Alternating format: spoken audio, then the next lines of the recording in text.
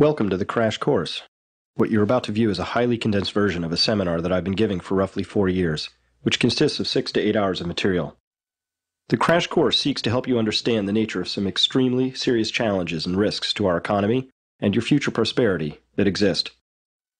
Hello, my name is Chris Martinson, and I'm going to be your host for this series. The crash course weaves together a number of seemingly disparate topics into a single story.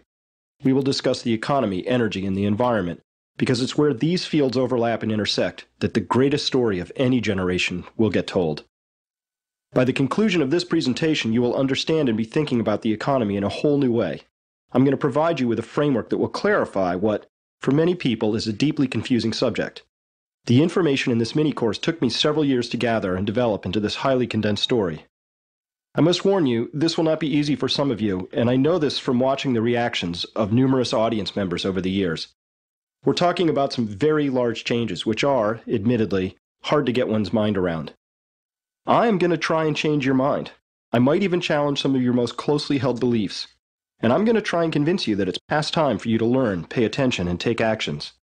I recommend that you take the crash course from the beginning to end, at least once, and then revisit it as necessary. At any time, you can speed through a slide by operating the slider at the bottom.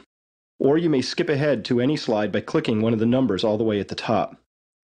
With your help and feedback, we will be improving this presentation. If you note anything that's in error, that needs improving, or strikes you as excellent, please let me know. Some of this material is my own original thinking, but most of it is the work of others, which I have gathered. This presentation should be considered the work of interested and aware people everywhere. I want you to take the crash course at your own pace. I built it so that you could rewind sections that weren't clear to listen to them again. I deeply care that you get this material. I think it's very important to distinguish between facts, opinions, and beliefs.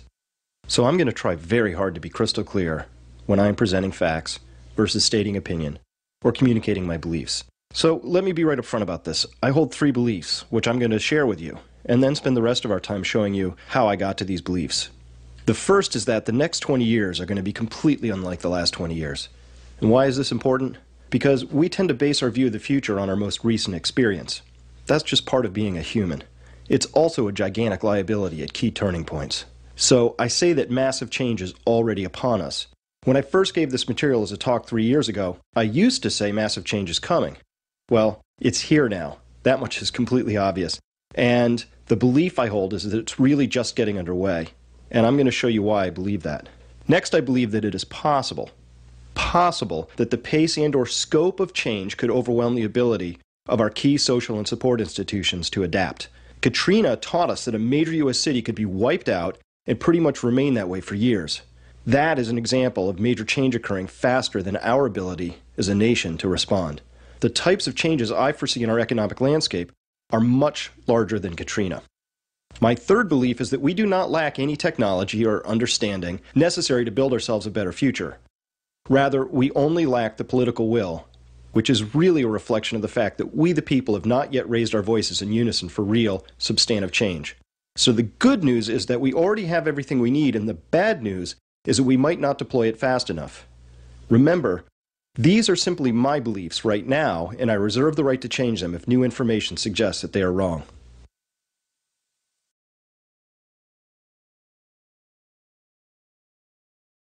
So what do I mean when I say massive change is upon us? Well, here is where we need to burrow into the 3 E's, which is where we'll spend the rest of our time in the crash course. The first E is the economy, which is the lens through which the crash course looks at everything. Within the economy, there are 4 primary areas of concern: exponential money, the first ever collapse of a global credit binge, an aging population, and a national failure to save. If it isn't clear to you what these mean, don't worry, we'll be discussing each of these in detail. The next E is energy, and there we will discuss what peak oil implies for an economic system that is based on continual expansion. This topic is important enough that I should dedicate the entire crash course to it, but I can't and I won't. And finally, the third E, the environment, will be exerting its own unknowable but certainly significant economic burdens due to shrinking resources and other systemic pressures at the same time that the other 2 E's will be clamoring for your money and attention. The story that I'm going to weave for you cuts across all three E's and will make the claim that our monetary system is badly out of step with reality and will suffer severe instability and possibly collapse as a result.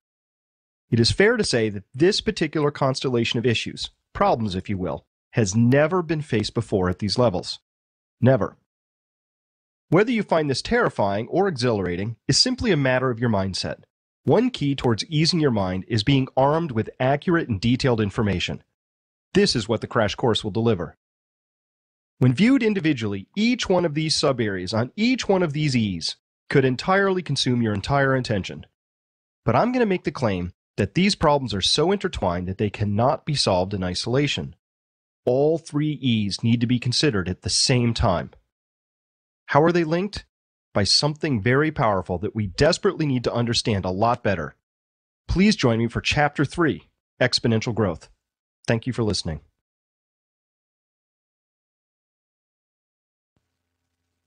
In the crash course, we will learn a few foundational key concepts. None are more important than exponential growth. Understanding this will greatly enhance our chances to form a better future.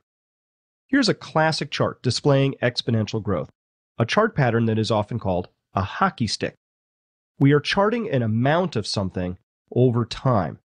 The only requirement for a graph to end up looking like this is that the thing being measured grows by some percentage over each increment of time. The slower the percentage rate of growth, the greater the length of time we'd need to chart in order to visually see this hockey stick shape. Another thing I want you to take away from this chart is that once an exponential function turns the corner, even though the percentage rate of growth might remain constant and possibly quite low, the amounts do not. They pile up faster and faster. In this particular case, you are looking at a chart of something that historically grew at less than 1% per year. It is world population, and because it is only growing at roughly 1% per year, we need to look at several thousands of years to detect this hockey stick shape. The green is history, and the red is the most recent UN projection of population growth for just the next 42 years. Certainly by now, math-minded folks might be getting a little uncomfortable because they might feel I'm not presenting this information in a classical or even very accurate way. Where mathematicians have been trained to define exponential growth in terms of the rate of change, we are going to focus on the amount of change. Both are valid, it's just that one way is easier to express as a formula, and the other way is easier for most people to intuitively grasp. Unlike the rate of change, the amount of change is not constant. It grows larger and larger with every passing unit of time, and that's why it's more important for us to appreciate than the rate. This is such an important concept that I will dedicate the next chapter to illustrating it. Also, mathematicians would say that there's no turn the corner stage of an exponential chart, because this is just an artifact of where we draw the left-hand scale. That is, an exponential chart can nearly always look like a hockey stick at every moment in time, as long as we adjust the left axis properly. But if we know the limits or boundaries of what we are measuring, then we can fix the left axis, and the turn the corner stage is absolutely real and vitally important. For example, the total carrying capacity of the Earth for humans is thought to be somewhere in this zone, give or take a few billion. Because of this, the turn the corner stage is very real and not an artifact of graphical trickery. The critical takeaway for exponential functions, the one thing I want you to recall, relates to the concept of speeding up. You can think of the key feature of exponential growth either as the amount that is added growing larger over each additional unit of time, or you can think of it as the time shrinking between each additional unit of amount added. Either way, the theme is speeding up. To illustrate this using population, if we started with 1 million people and set the growth rate to a measly 1% per year, we'd find that it would take 694 years before we achieved 1 billion people. But we'd be at 2 billion people after only 100 more years, while a third billion would require just 41 more years. Then 29 years, then 22, and then finally only 18 years to add another to bring us to 6 billion people.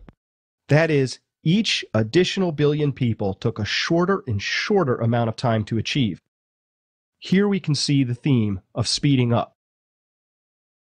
This next chart is of oil consumption, perhaps the most important resource of them all, which has been growing at the much faster rate of nearly 3% per year, so we can detect the hockey stick shape over the course of just 150 years. And here, too, we can fix the left axis with some precision because we know with reasonable accuracy how much oil the world can maximally produce. So again, having turned the corner is an extremely relevant and important event to us. And here's the U.S. money supply, which has been compounding at incredible rates, ranging between 5 and 18% per year. So this chart only needs to be a few decades long to see this hockey stick effect. And here's worldwide water use, species extinction, fisheries exploited, and forest cover lost. Each one of these is a finite resource, as are many other critical resources, and quite a few are approaching their limits. And here is the world you live in. If it seems like the pace of change is speeding up, well, that's because it is. You happen to live at a time when humans will finally have to confront the fact that our exponential money system and resource use will encounter hard physical limits. And behind all of this, driving every bit of every graph, is the number of people on the surface of the planet. Taken one at a time, any one of these charts could command the full attention of every earnest person on the face of the planet. But we need to understand that they are, in fact, all related and interconnected. They are all compound graphs, and they are all being driven by compounding forces. To try and solve one, you'd need to understand how it relates to the other ones that you see, as well as others not displayed here, because they all intersect and overlap. The fact that you live here, in the presence of multiple exponential graphs relating to everything from money to population to species extinction, has powerful implications for your life and the lives of those who will follow you. It deserves your very highest attention. Let's move on to an example that will help you better understand these graphs. Please join me for Chapter 4, Compounding's the Problem. Thank you for listening. The purpose of this mini presentation is to help you understand the power of compounding.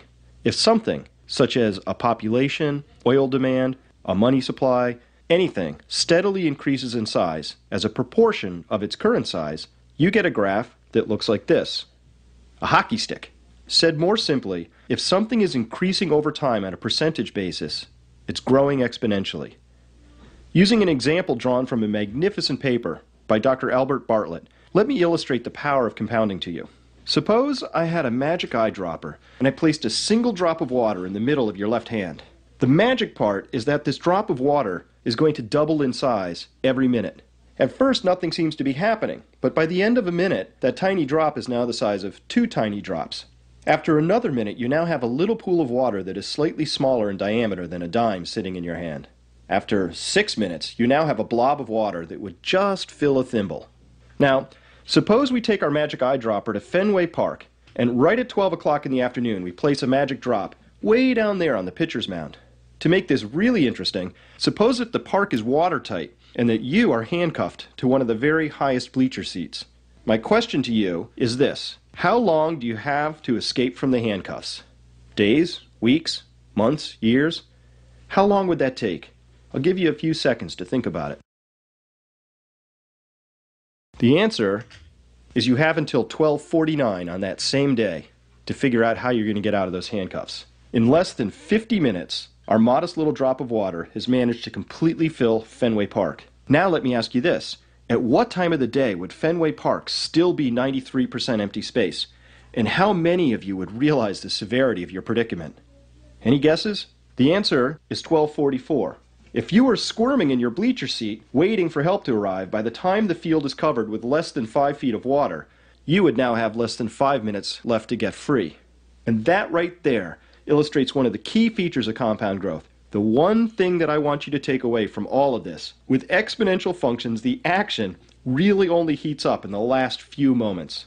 We sat in our seat for 44 minutes, nothing much seemed to be happening, and then in 5 minutes, bang, the whole place was full. This example is loosely based on a wonderful paper by Dr. Albert Bartlett that clearly and cleanly describes this process of compounding, which you can find in our essential reading section.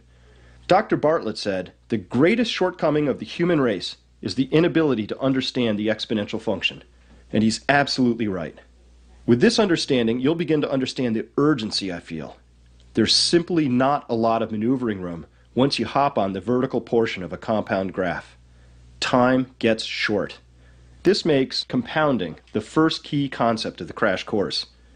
Now, what does all of this have to do with money and the economy and your future? Haha, I can't wait to tell you. Let's go find out.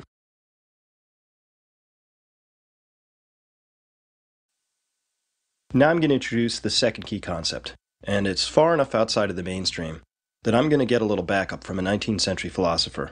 Here's the quote: "All truth passes through three stages. First, it is ridiculed. Second, it is violently opposed. Third, it is accepted as being self-evident." This great quote comes from this happy guy down in the corner. At some point over the next 20 years, this next concept I'm about to introduce will be self-evident. But for now, I think it would be safe to say that a lot of people would consider it to be ridiculous. And it centers around growth. Growth is good, right? We all want a growing economy, I guess. Why? Well, because a growing economy means that we're becoming more prosperous. Growth offers opportunities, and we're all for opportunities. At least I am. And this is the dominant story of our day. So many people would say that growth equals prosperity. But is this actually true? And what if it's not? Growth is actually a consequence of surplus, if we think about it. For example, our bodies only grow if they have a surplus of food. With an exact match between calories consumed and calories burned, a body neither gains nor loses weight. A pond only grows deeper if more water is flowing in than is flowing out, so it can be said that growth is actually dependent on surplus. Similarly, prosperity is dependent on surplus. Here's another example. Imagine that you are a family of four, your yearly income is $40,000, and at the end of the year, there is no money left. At the end of the year, there are $0 extra dollars. But then a 10% raise comes along, which equals $4,000, and your family can either afford to have one more child, or you can enjoy additional prosperity by spending a little bit more on each person. But you can't do both. There is only enough surplus money in this example to do one thing, so you have to choose. Will it be growth, or will it be additional prosperity? And what is true in this example for a family of four is equally true for a town, a state, a country, and yes, our entire world. Through this example, we can tease out a very simple and utterly profound concept, that growth does not equal prosperity. For the past few hundred years, we've been lulled into linking the two concepts because there was always sufficient surplus energy that we could have both growth and prosperity. That is, we didn't have to make any hard choices between the two. The economist Malcolm Slessor of the Resource Use Institute of Edinburgh, Scotland, has calculated that over half of the world's energy is now used to simply grow. So here's the question. What's going to happen when 100% of our surplus money or energy is being used to simply grow? The result is going to be stagnant prosperity. And what happens if there's not enough surplus to even fund growth alone? Well, when that time comes, we will experience both negative growth and negative prosperity. Not exactly the sort of future that I'm looking forward to. This, then, is the greatest challenge of our times, properly recognizing where we want our remaining surplus to go and getting that story out. I, for one, want to see continued advances in energy efficiency and medical technology and everything else that modern society can offer. This is what we place at risk if we allow ourselves to do what is easy, that is, take the path of least resistance and simply grow, instead of doing what is right, which is directing our surplus towards a more prosperous future. So there it is, key concept number 2. Growth does not equal prosperity. Now that you have these two in hand, we're ready to explore this thing called money.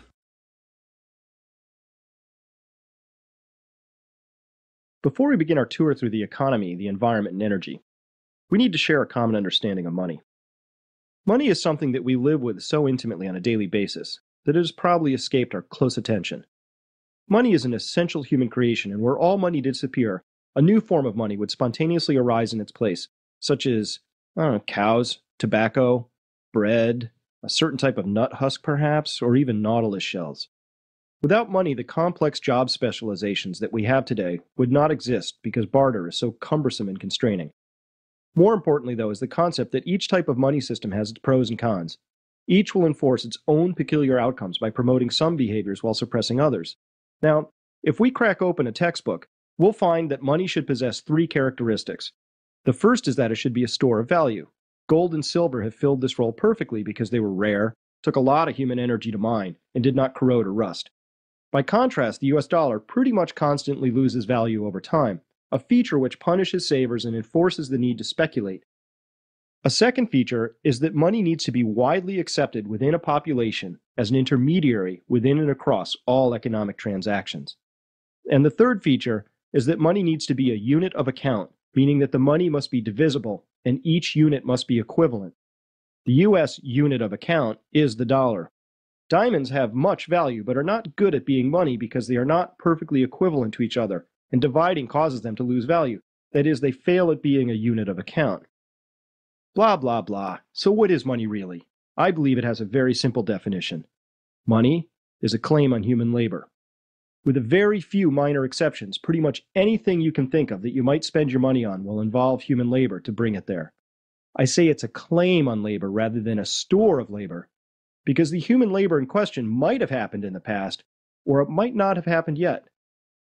The concept of money being a claim on human labor is important, and we'll be building on it later, especially when we get to debt. As implied in the pictures earlier, literally anything can be considered money. Cows, bread, shells, tobacco. A US dollar, like all modern currencies, however, is an example of a type of money called fiat money.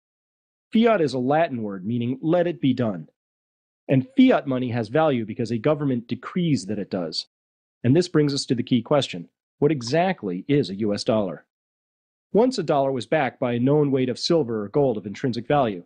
In this example, we can see the dollar came from the US Treasury and was backed by a given amount of silver that was payable to the bearer upon demand. Of course, that was back in the 1930s, and those days are long gone. Now dollars are the liability of an outfit called the Federal Reserve, a private entity entrusted to manage the U.S. money supply and empowered by the Federal Reserve Act of 1913 to perform this vital function. You'll note that modern dollars have no language entitling the bearer to anything, and that's because they're no longer backed by anything tangible. Rather, the value of a dollar comes from this language right here, the fact that it is illegal to refuse to accept dollars for payment, and that Federal Reserve notes are the only acceptable form of payment for taxes. It is crucially important that a nation's money supply is carefully managed, for if it is not, the monetary unit can be destroyed by inflation. In fact, there are over 3,800 past examples of paper currencies that no longer exist. These are numerous examples from the United States, which may have some collector value, but no longer possess any monetary value. Of course, I could just as easily display beautiful but no longer functional examples from Argentina, Bolivia, and Colombia, and 100 other places. How does the hyperinflationary destruction of a currency happen? Here's a relatively recent example that comes from Yugoslavia between the years 1988 and 1995. Pre-1990, the Yugoslavian dinar, seen here, had measurable value. You could actually buy something with one. However, throughout the 1980s, the Yugoslavian government ran a persistent budget deficit and printed money to make up the shortfall. By the early 1990s, the government had used up all its own hard currency reserves, and they proceeded to loot the private accounts of citizens. In order to keep things moving along, successively larger bills had to be printed, finally culminating in this stunning example, a 500 billion dinar note. At its height, inflation in Yugoslavia was running at over 37% per day, and this meant that prices were doubling every 48 hours or so. Let me see if I can make this a bit more concrete for you. Suppose that on January 1st, 2007, you had a penny, and you could find something to buy with it. At 37% per day inflation, by April 3rd, 2007, you'd need one of these, a $1 billion bill, to purchase the very same item. Stated in reverse, if you had $1 billion on January 1st stuffed in a suitcase, by April 3rd, you'd have had a penny's worth of purchasing power left. Clearly, if you'd attempted to save money during this period of time, you'd have lost it all. So we can safely state that inflationary money regimes impose a penalty on savers. The opposite side of this is that inflationary money regimes promote spending and require that money be invested or even speculated with, so as to at least have the chance of keeping pace with inflation. Of course, investing and speculating involve risks, so we can broaden this statement to include the claim that inflationary money systems require the citizens living within them to subject their hard-earned savings to risk. Now that's worth pondering for a minute or two. Even more importantly, since history shows how common it is for currencies to be mismanaged, we need to keep a careful eye on the stewards of our money to make sure they are not being irresponsible by creating too much money out of thin air, and thereby destroying our savings, our culture, and institutions in the process. Wait a minute. Did I just say creating money out of thin air? Yes. Yes, I did. This is such an important process to your, our, my future that we're going to spend the next 2 sections learning how money is created. If you're ready, proceed on.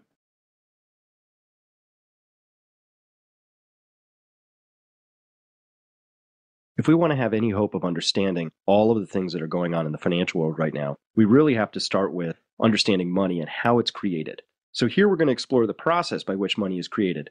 Let me introduce you to John Kenneth Galbraith. He taught at Harvard University for many years, and he was active in politics, serving in the administrations of Franklin Roosevelt, Harry Truman, John F. Kennedy, Lyndon Johnson. He was one of a few 2-time recipients of the Presidential Medal of Freedom. Clearly a pretty accomplished and stand-up kind of guy. Now, about money, he famously said, the process by which money is created is so simple that the mind is repelled. We're about to discuss that very thing. If you don't get this segment the first pass, don't worry, because money creation is a truly bizarre thing to ponder, let alone accept. It's actually a very simple process, but really difficult to accept. First, let's look at how money is created by banks. Leaving aside for now where this money comes from, suppose a person walks into town with $1,000 and luckily a brand new bank with no deposits has just opened up. The $1,000 is deposited in the bank, and now the person has a $1,000 asset, their bank account, and the bank has a $1,000 liability, the very same bank account. Now, there's a rule on the books, a federal rule, that allows banks to loan out a proportion, a fraction of the money they have on deposit to others. In theory, banks are allowed to loan out up to 90% of what people have on deposit with them. Although, as we'll see later on, the actual proportion is much closer to 100%.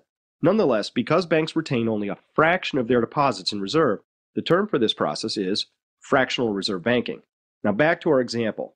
We now have a bank with $1,000 on deposit, and banks do not make money or make a living by holding on to it. Rather, they make their living by borrowing at one rate and loaning at a higher rate. Since any bank can loan out up to 90% of what they have on deposit, in our example, our bank wants to find somebody who wants to borrow $900. Suppose this borrower then spends that money by giving it to another person, in this case his accountant, who in turn deposits it in a bank. Now, it could be the same bank or a different bank, but that doesn't really change how this story gets told at all. With this new deposit, this same bank now has a fresh $900 to work with, and so it gets busy finding somebody who wants to borrow 90% of that amount, or $810. And so another loan gets made, and it gets spent and redeposited in the bank. And 90% of this new deposit is $729, which can get loaned out. And so it goes until we finally discover that the original $1,000 deposit has mushroomed into a total of $10,000. Is this all real money? Yeah, you bet it is, especially if it's in your bank account. Now, you might also notice here that if everybody who had money at the bank, all $10,000 of them, tried to take their money out at once, the bank would not be able to pay it out because, well, they wouldn't have it.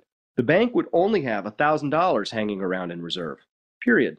You might also notice that this mechanism of creating new money out of new deposits works great as long as nobody defaults on their loan. Now, if and when that happens, things get tricky, and that's another story for later. For now, I want you to understand that money is loaned into existence. Conversely, when loans are paid back, money disappears. This is how money is created, and I invite you to verify this for yourself. One place would be the Federal Reserve itself, which has published a handy comic book from which I actually drew this fine example. You can find a link to that on the website under Essential Articles. You may have noticed that I left out something very important here, and that is interest. Where does the money come from to pay the interest on all the loans? If all the loans are paid back without interest, we can undo this entire string of transactions in this example. But when we factor in interest, we'd suddenly discover that there isn't enough money here in this example to pay back all the loans. Clearly, that's a big hole in the story, and so we'll need to find out where that comes from. In doing so, we'll also clear up the mystery of where the original $1,000 came from. So, why did we spend the past 5 minutes studying the mechanism of money creation? Because in order to appreciate the implications of our massive levels of debt, you need to understand how that debt came into being. That's one reason. And the more important reason is tied to all those exponential graphs we viewed earlier in Section 3, but we're not quite there yet. Let's continue. Now we're going to discover where money is created. The process works like this. Suppose Congress needs more money than it has. I know, that's a stretch. Perhaps it's done something really historically foolish, like cutting taxes while conducting 2 wars at the same time. Now, Congress doesn't actually have any money, so the request for additional spending gets passed over to the Treasury Department. You may be surprised, or dismayed, or perhaps neither, to learn that the Treasury Department lives hand to mouth and rarely has more than a couple weeks of cash on hand, if that. So the Treasury Department, in order to raise cash, will print up a stack of Treasury bonds, which are the means by which the U.S. government borrows money. A bond has a face value, which is the amount it will be sold for, and it has a stated rate of interest that it will pay to the holder. So if you bought a bond with $100 face value and that paid a rate of interest of 5%, then you'd pay $100 for this bond, and you'd get $105 back in a year. Treasury bonds are sold regularly in auctions, and it's safe to say that the majority of these bonds are bought by big banks, such as those of China and Japan recently. At auction, the banks purchase these bonds, and then money gets sent into the Treasury coffers, where it can be dispersed for the usual array of government programs. Now, I promised you that I'd show you how money first comes into being, and so far that hasn't happened, has it? The bonds are being bought with money that already exists in the banking system. Money is created by this next mechanism, where the Federal Reserve buys a Treasury bond from a bank. When the Fed does this, they simply transfer money and the amount of the bond to the other bank and take possession of the bond. A bond is swapped for money. Now, where did this money come from? Glad you asked. It comes out of thin air as the Fed creates money when it buys this debt. New Fed money is always exchanged for debt, and so now we can put the title on this page. All dollars are loaned into existence. You don't believe me? Here's a quote from a Federal Reserve publication entitled Putting It Simply. When you or I write a check, there must be sufficient funds in our account to cover the check. But when the Federal Reserve writes a check, there is no bank deposit on which that check is drawn. When the Federal Reserve writes a check, it is creating money. Wow, now that is an extraordinary power. Whereas you or I need to work to obtain money and place it at risk to have it grow, the Federal Reserve simply prints up as much as it wishes whenever it wants, and then loans it to us all via the U.S. government, with interest. Given the fact that over 3,800 paper currencies and a few metallic ones have been rendered worthless due to mismanagement, wouldn't it make sense to keep a very close eye on whether or not the Federal Reserve is acting responsibly? So now we know that there are 2 kinds of money out there. The first is bank credit, which is money that is loaned into existence, as we saw here. Bank credit is a type of money that comes with an equal and offsetting amount of debt associated with it, debt upon which interest must be paid. And the second type of money is printed out of thin air, and that's what you see right here at this stage. The process by which money is created is so simple that the mind is repelled. So don't worry if you need to review this chapter several more times. However, if you understood all that and get it, well, congratulations, give yourself a hand, because it's not easy. These monetary learnings allow us to formulate 2 more extremely important key concepts. The first is that all dollars are backed by debt. At the local bank level, all new money is loaned into existence.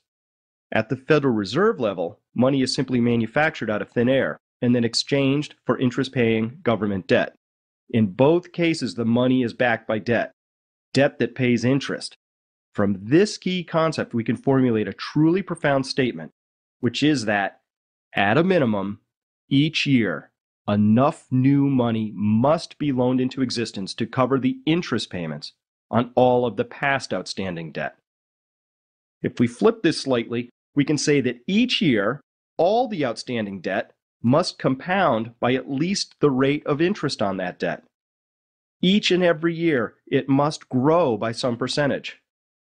Because our debt-based money system is growing by some percentage continually, it is an exponential system by its very design. A corollary of this is that the amount of debt in the system will always exceed the amount of money in the system.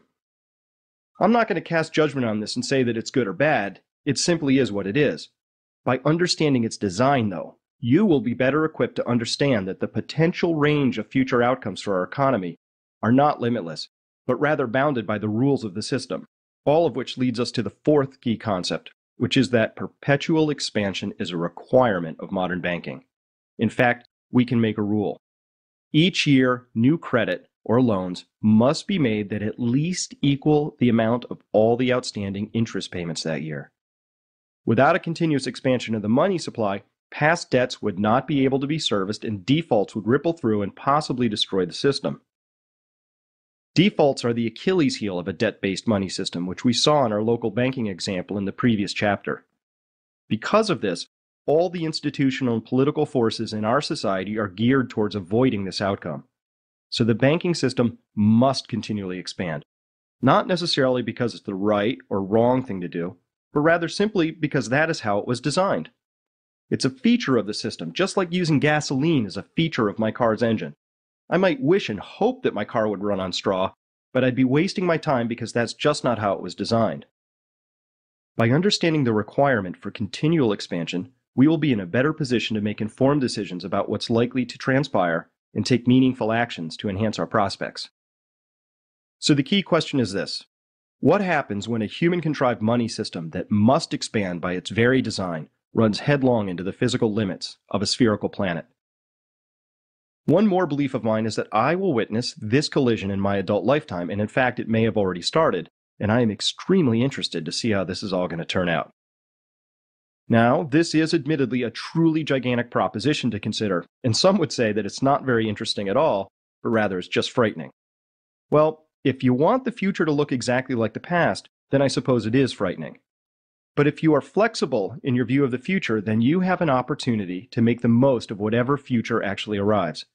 These are fascinating, invigorating, and truly unprecedented times, and I am thrilled to be living right here, right now, with you.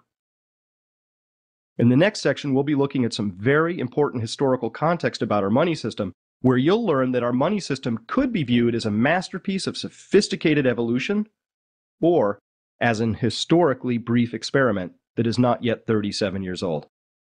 Let's go. Before we move on to current events, it's vital to know how we got here. I will now present an extremely shortened version of recent U.S. monetary history. The purpose of this section is to show you that the U.S. government has radically shifted the rules during times of emergency, and that our monetary system is really a lot younger than you might think. After the panic of 1907, when private banker J.P. Morgan intervened as the lender of last resort, banks began agitating for a government solution. What was finally decided upon in 1913 was a federally sponsored cartel called the Federal Reserve, which sounded governmental, but really was not. The stock of the Federal Reserve was to be held by its member banks, not the U.S. government, nor the public, which remains the case today. So what we call the Federal Reserve actually is a federally sponsored banking cartel, licensed to lend money into existence. By the 1930s, a federally reserve-fueled speculative bubble had burst, resulting in numerous bank failures, which shrank the money supply by nearly a third in 3 years.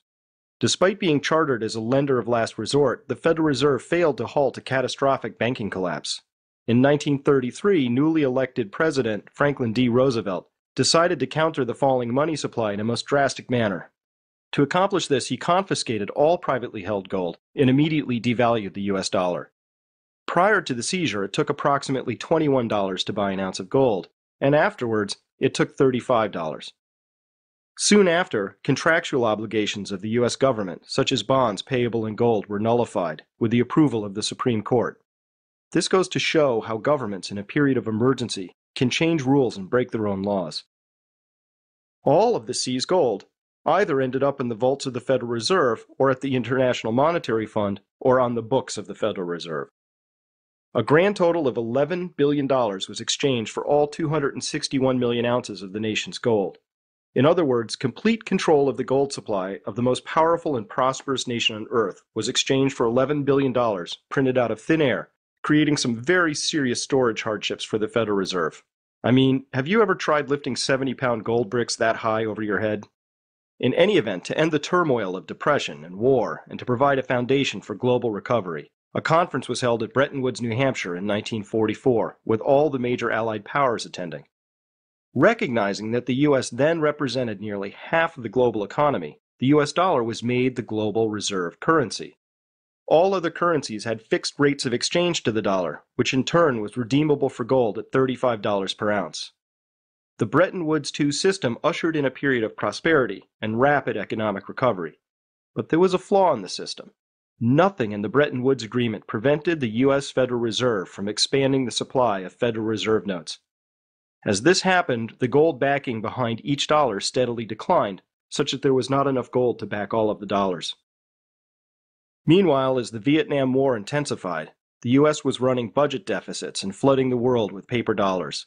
The French, under President Charles de Gaulle, became suspicious that the U.S. would be unable to honor its Bretton Woods obligations to redeem their excess dollars into gold. As the French exchanged their surplus dollars for gold, the U.S. Treasury's gold stocks declined alarmingly. Finally, President Nixon declared force majeure on August 15, 1971, and slammed the gold window, ending its dollar convertibility. That's what governments do during wartime, and the U.S. followed the pattern perfectly. But this time, it affected the whole world because the removal of gold convertibility of the dollar destroyed the foundation of the Bretton Woods system. Without a gold backing, there was no hard physical limit to how many paper dollars could be issued. Since we now know that all dollars are backed by debt, what do you suppose happened to U.S. debt levels once the externally applied rigor of gold was removed? Let's find out. This is a chart of U.S. federal debt from the period of 1949 to 2004. Note that it looks like any other exponential chart we've already reviewed, but especially note that the graph turns the corner shortly after Nixon slammed the gold window. That is, when Nixon removed the last vestige of external physical restraint from the system. And also note how rapidly the debt levels have climbed recently. These past few years have seen the highest and most rapid accumulation of federal debt in our entire history, thanks in large measure to an experiment never before attempted in our country's history: the conduct of 2 foreign wars and a tax cut at the same time. This rapid accumulation of debt is not a mysterious process at all. Rather, it's an entirely predictable consequence of the slamming of the gold window. How much longer can this continue? Unfortunately, there's no good answer to this besides, as long as foreigners let us. A second predictable and related consequence concerns the total amount of money in circulation. Remember, all money is loaned into existence, so the shape of the federal debt chart should tip you off to the shape of this next chart of U.S. money from the years 1959 to 2007. The first thing we can note here is that it took our country over 300 years, from the very first Pilgrim until 1973, to generate our first $1 trillion of money stock. Every road, every bridge, every marketplace on every corner of every town, every boat, and every building, from the first colony until 1973, required $1 trillion of money stock. Our most recent $1 trillion? That was created in the last 4.5 months. My questions to you are these. What will it be like to live here when our nation is creating $1 trillion every 4 weeks? How about every 4 days? What about every 4 hours? 4 minutes? Where does this stop if not in hyperinflation and the destruction of the dollar, and by extension, our nation? If we view these events on a timeline, we can see that the Federal Reserve was formed in 1913, and that only 20 years later, in 1933, our country had entered a form of bankruptcy and had turned over its collective gold supply under force of law to the Federal Reserve. 11 years after that, the US dollar was enshrined as the world's reserve currency with an explicit backing by gold. That was unilaterally removed by Nixon 27 years later. In effect, the current global monetary system of unbacked currencies is now only 37 years old. It was not planned, but simply emerged out of a crisis. The unredeemable US dollar remains a popular reserve currency as a matter of convenience, but nothing requires or guarantees that it will retain this role. Only the US is able to use its eroding reserve currency status to borrow and print dollars to pay for its trade deficits. However, as the dollar loses its reserve currency status from this abuse, the US will be forced to either export more to pay for its imports, or to take on ever heavier levels of debt. If these actions cause the dollar to keep falling, other countries will be tempted to devalue their currencies to keep pace and remain competitive. The potential for an inflationary period is evident, which brings us to the next section.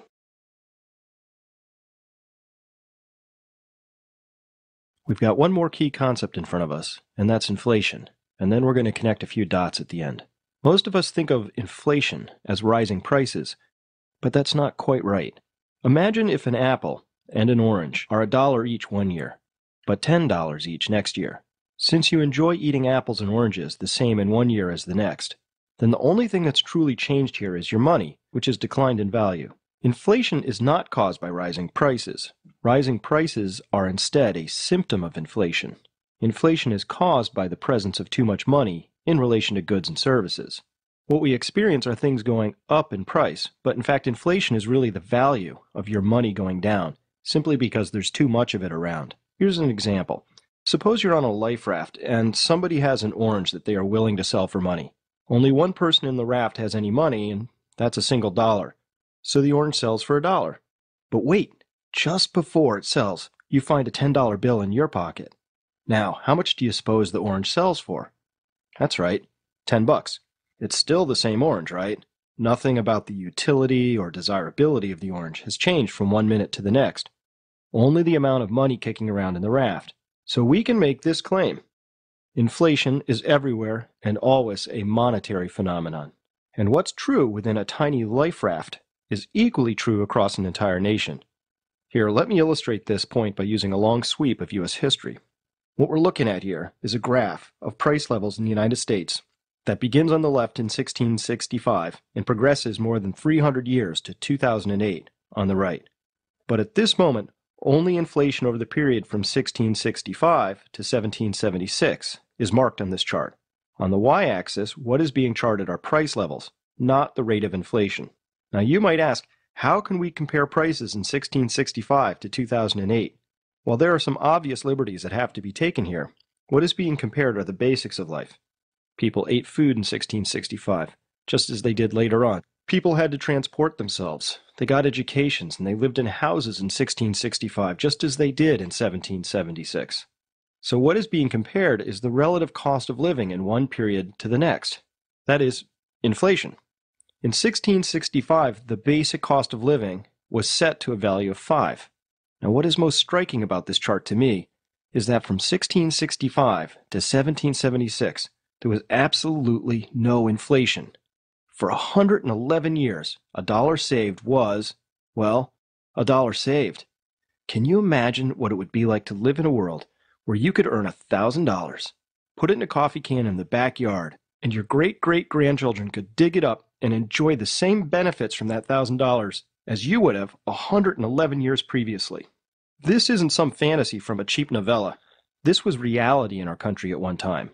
The country was on a gold and silver standard during this period and advanced tremendously while enjoying near-perfect price stability during times of peace. However, along comes a war, the Revolutionary War, and the country found itself unable to pay for the war with the gold and silver in the treasury. So a paper currency, called Continentals, was printed, and at first it was fully backed by a specified amount of real gold and silver in the treasury. But then the war proved to be more expensive than thought, and more of these were printed. Then the British, aware of the corrosive effects of inflation on society, started counterfeiting and distributing vast amounts of bogus Continentals, and soon the currency began to collapse. Before long, massive inflation took hold. Seen on the inflation chart, the Revolutionary War took the general price level from a reading of 5 to a reading of 8. After the war, the paper Continentals were utterly rejected by the people, who strongly preferred gold and silver. Most interestingly, price levels promptly returned back to their pre-war levels. The next serious bout of inflation was also associated with the war, again due to the overprinting of paper currency, and again, upon conclusion of the war, we saw a relatively prompt return of prices to their pre-war levels, where they stayed for an additional 30 years. By now, we are nearly 200 years into this chart, and we find that the cost of living is roughly the same as it was in 1665. But then a war came along, the Civil War this time, and it was a doozy.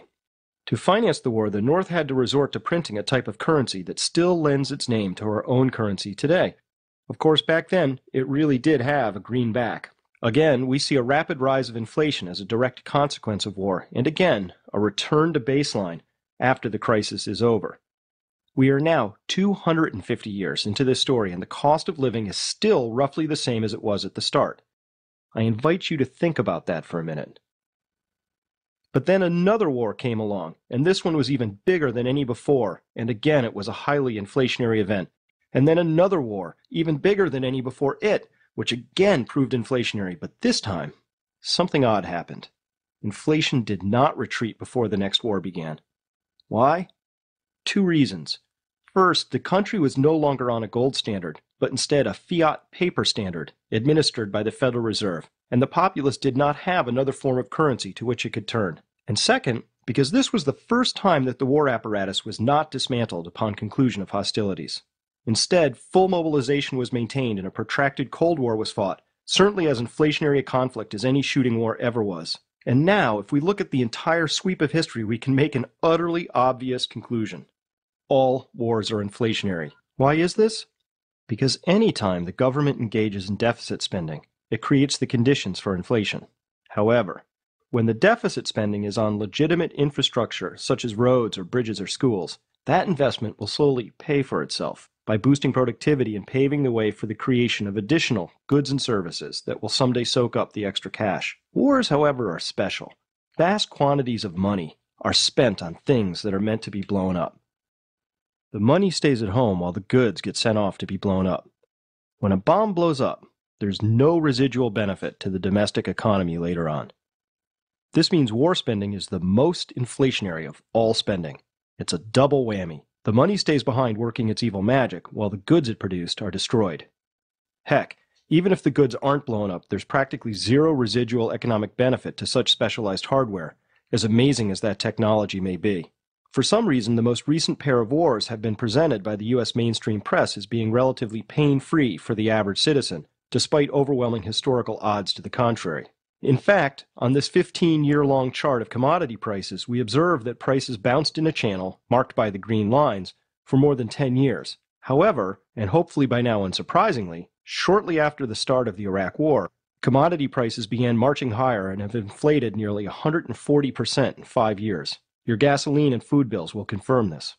So if anybody tries to tell you that you haven't sacrificed for the war, let them know you sacrificed a large portion of your savings and your paycheck to the effort. Thank you very much.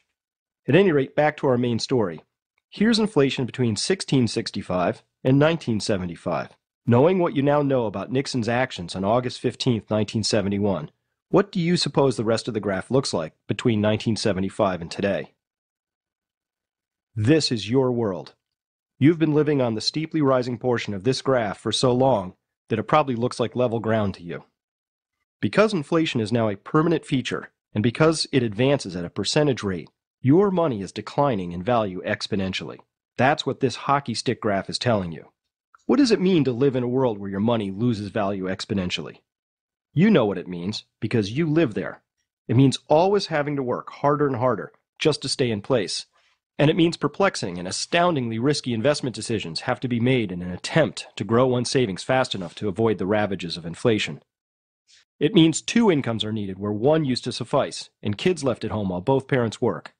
A world of constantly eroding money is a devilishly complicated world to navigate and leaves scant room for error, especially for those without the appropriate means or connections. And it doesn't have to be this way, and indeed for the majority of our country's history, as you can see, it wasn't. And I'm hard-pressed to say that inflation is a necessity and serves some essential and greater good because a lot of progress and advancement happened between 1665 and 1940 without the benefit of perpetual inflation. To help put all of this in context, let's mark the moments when our country abandoned the gold standard, first internally and then completely. It may have surprised some of you, as it did me, to find out that inflation is not a mysterious law of nature like gravity, but rather an extremely well-characterized matter of policy. So now we have our fifth key concept. Inflation is everywhere and always a monetary phenomenon. Flipped a bit, we can say that inflation is a deliberate act of policy. Here's what one wag had to say about this matter. Paper money eventually returns to its intrinsic value. 0. That was Voltaire in 1729. Of course, he was a bit too pessimistic in his assessment, as this German woman proves by using her furnace to liberate the intrinsic heat content of paper money. John Maynard Keynes, the father of the branch of economics that utterly dominates our lives, had this to say about inflation. Lenin was certainly right. There is no more positive or subtle or surer means of destroying the existing basis of society than to debauch the currency. By a continuing process of inflation, governments can confiscate, secretly and unobserved, an important part of the wealth of the citizens. The process engages all of the hidden forces of economics on the side of destruction, and does it in a manner that not one man in a million can diagnose. Given that the destructive, corrosive effects of inflation are so well understood by the architects and the administrators of our monetary system, it's fair to wonder exactly what the plan here is. Now, finally, here in Chapter 10 of the Crash Course, we can string together these three very important dots. Number one, in 1971, the U.S., and by extension the world, terminated the last connection to a gold restraint, and federal borrowing turned the corner, never to look back. Concurrently, the money supply turned the corner, piling up at a much faster rate than the growth of goods and services. And so we get to data point number 3, which is that inflation is the fully predictable outcome of data points 1 and 2. Boom, boom, boom. 1, 2, 3. All connected, all saying the same thing, with profound implications for your future. Now, if you're of a mind that there's no reason that all three of these graphs cannot just continue to exponentially accelerate to ever higher amounts without end, then there's no point in watching the rest of the crash course. However, if you don't happen to believe that, then you're going to want to see the rest of this. There is literally nothing more important for you to be doing right now than gaining an understanding of how these pieces fit together, assessing the risks for yourself, and taking actions to prepare for the possibility of a future that's substantially different from today. Now that we've covered compounding, money, and inflation, you have the tools to get the most from the remaining sections of the crash course. We have a few more dots to connect. Let's go. During the crash course, you will often encounter numbers that are expressed in trillions. How much is a trillion? You know what? I'm not really sure myself. A trillion is a very big number, and I think it would be worth spending a couple of minutes trying to get our arms around the concept. First, a numerical review. 1,000 is a 1 with 3 zeros after it. A million is 1,000 times bigger than that, and it's a 1 with 6 zeros after it. At this level, I can still get my mind around the difference between these two numbers. $1 million in the bank is a very different concept from $1,000 in the bank, and I can really get that. A billion, then, is 1,000 times bigger than a million, and it's a 1 followed by 9 zeros. And a trillion is 1,000 times bigger than that, and it's a 1 followed by 12 zeros. So a trillion is 1,000 billions, which means it's a million millions. You know what? I don't know what that means. I can't visualize that. So let's take a different tack on this. Suppose I gave you a $1,000 bill and said you and a friend had to spend it all in a single evening out in the town. You'd have a pretty good time. Now suppose you had a stack of $1,000 bills that was 4 inches in height. If you did, you know what? Congratulations, you are a millionaire. A stack of $1,000 bills 4 inches high, and you are a millionaire. Now suppose you wanted to enter the super elite of the wealthy and have $1 billion. How tall of a stack of $1,000 bills would that be? The answer is a stack only 358 feet high, seen here barely reaching a third of the way up the Petronas Towers. Now how about a stack of $1,000 bills to equal $1 trillion? How tall would that stack be? Think of an answer. Well, that stack would be 67.9 miles high. And I meant stack, too, not laid end to end or anything cheesy like that. A solid stack of $1,000 bills, 67.9 miles high. Now that's $1 trillion. That still doesn't do it for you? Okay, I want you to imagine then that you're in a car on a roadway that's lined at the side with a sideways stack of $1,000 bills. A nice, compact, rectangular column of $1,000 bills is snaking along the roadside next to you as you drive, the whole way. And you drive along, brrrr, without stopping, for a little more than an hour, and the entire way, there's that stack of $1,000 bills, right next to you on the side of the road the whole way. Said another way, the amount of money created in the past 4.5 months in our economic system, if it had been printed up as $1,000 bills and stacked along the side of the road, would stretch from Springfield, Mass. To Albany, New York. So there it is. Either you can visualize the stack better by driving along next to it, or by standing on top of it, or any other way you wish, as long as you can find a way to express this statement in a way that's meaningful for you. But make no mistake, $1 trillion is a very, very big number. And we should not be lulled into complacency simply because it's too big to really get our minds around. That should drive us to action instead. Keep this lesson in mind as we discuss the total accumulated debts and liabilities of the United States, which are now many trillions of dollars.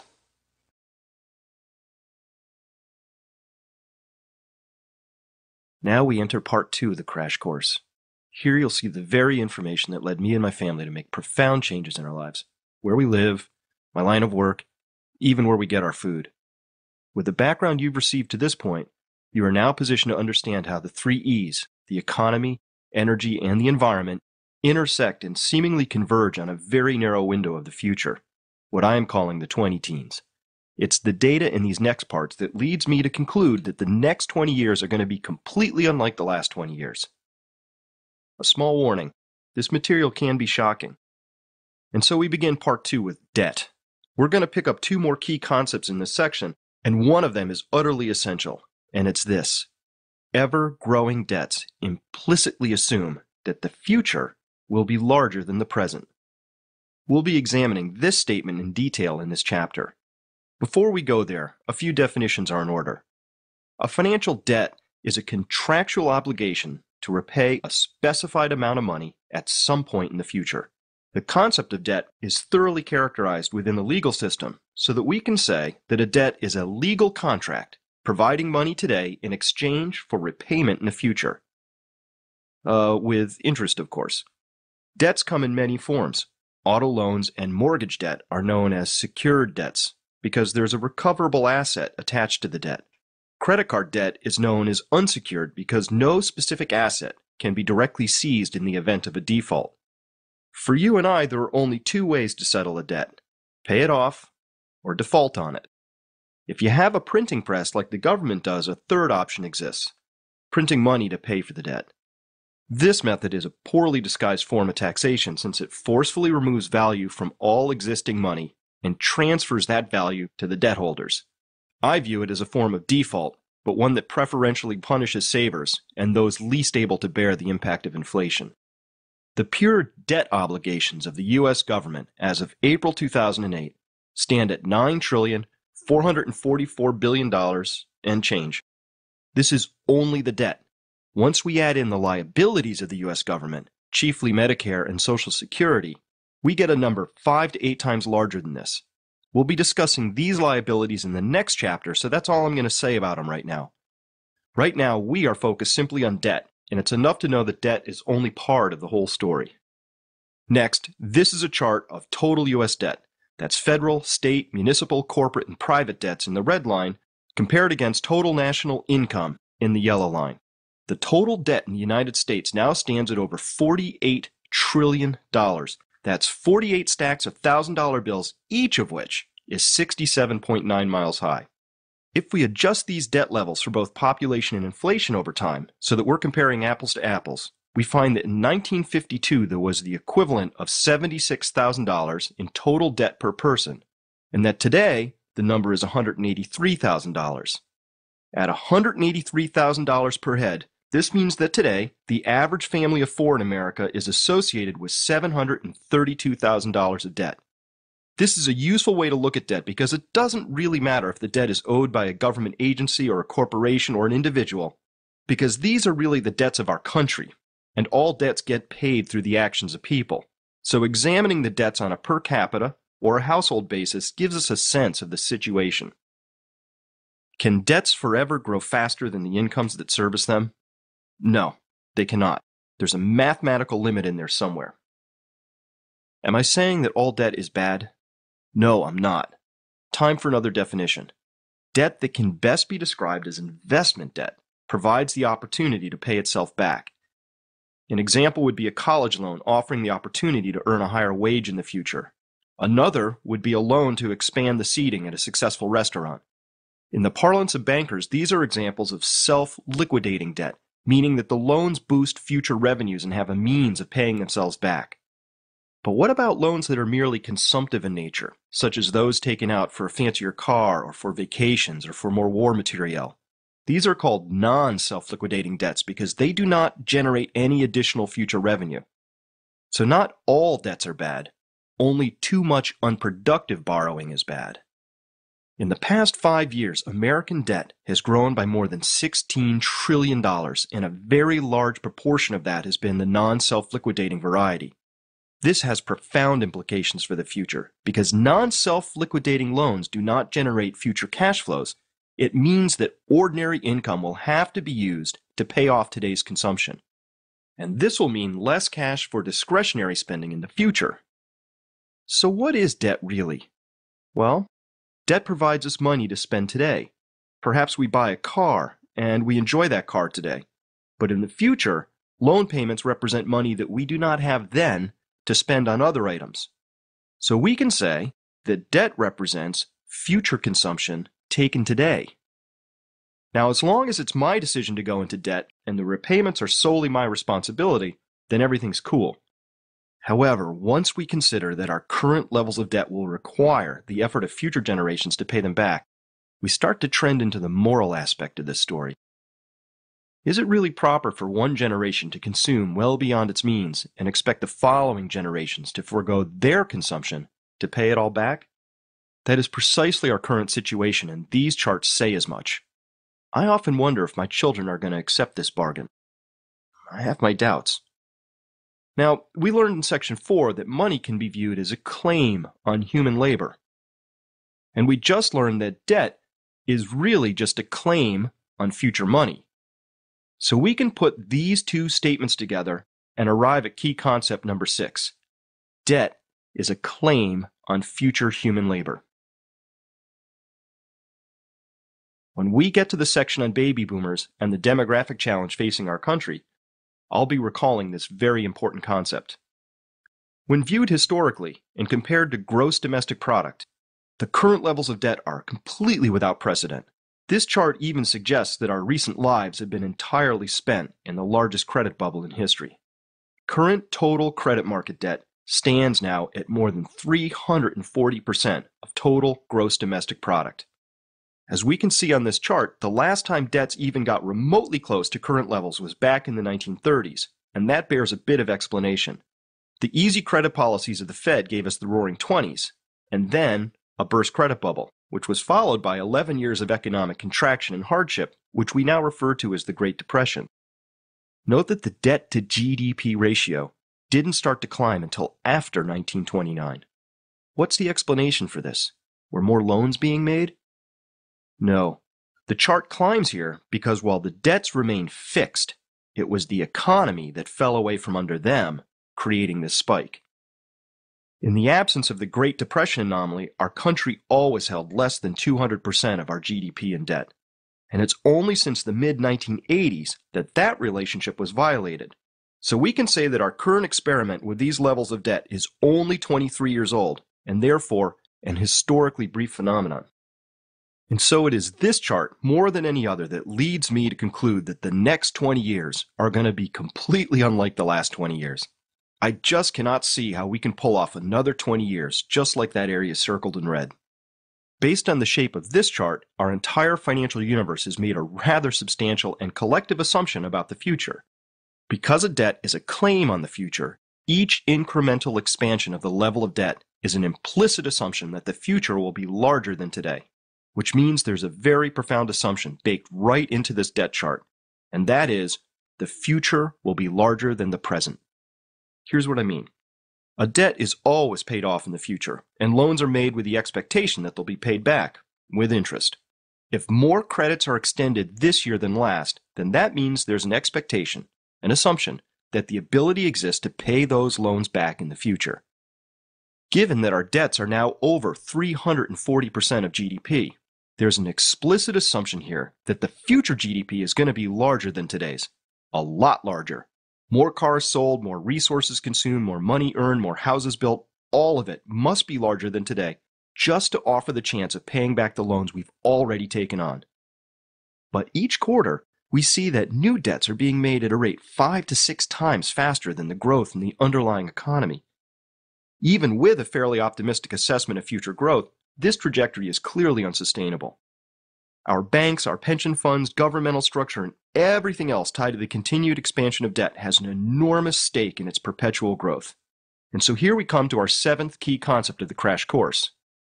Our debt markets assume that the future will be much larger than the present. But what happens if that's not true?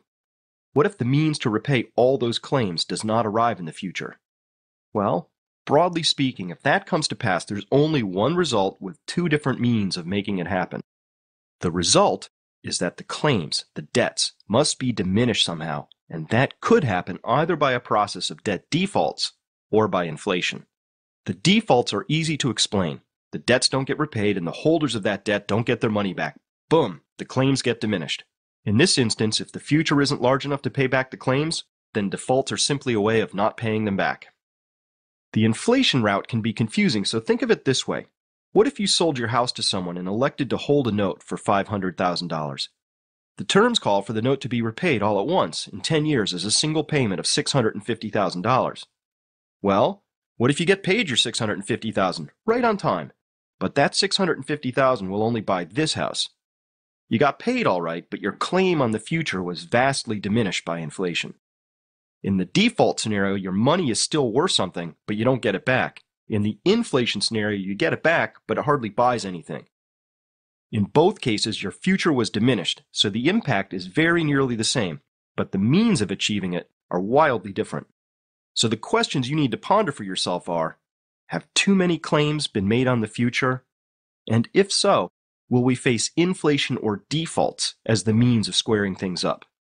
You will arrive at wildly different life decisions depending on whether you answer yes or no to the first question, and inflation or defaults to the second question. So they are worth pondering. All right, here's what we learned. Key concept number 6. Debt is a claim on future human labor. Second, per capita debt has never been higher. We are in truly unprecedented territory in this country.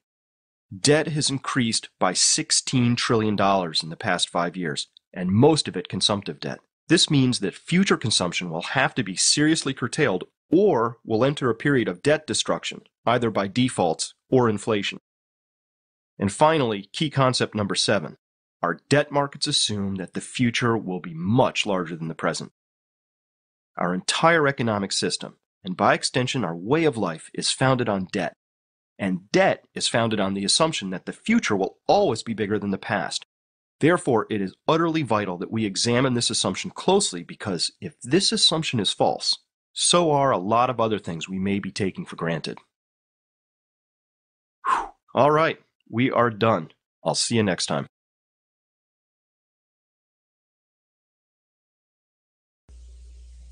If you've just seen the previous chapter on debt, then you might be wondering if either our savings or our assets are of sufficient quantity to make those levels of debt perfectly manageable.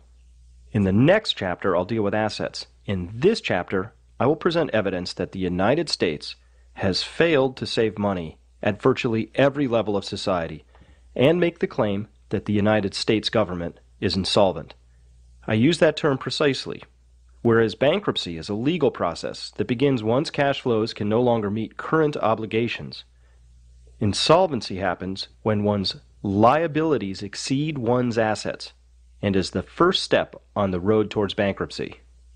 The purpose of the crash course is to give you the context and the data you need to be able to accurately assess the likelihoods and risks that our economy faces over the next few years. My position is that the next 20 years are going to be completely unlike the last 20 years. And to support this statement, I'm going to take you through 6 key areas of data: debt, savings, assets, demographics, peak oil, and climate change. Any one of these could prove economically challenging, but the combination of 2 or more simultaneously, well, I'll leave that for you to assess.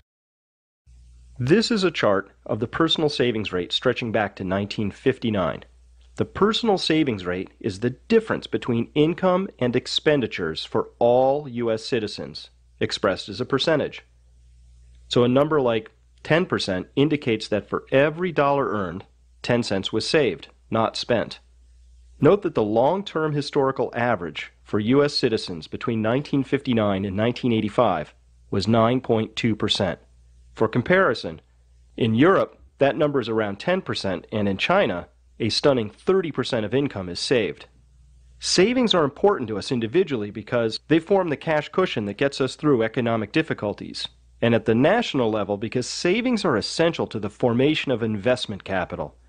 That is, the property, plant, and equipment that create actual future wealth. You may have read or heard recently that the personal savings rate has plunged to historic lows, last associated with the Great Depression.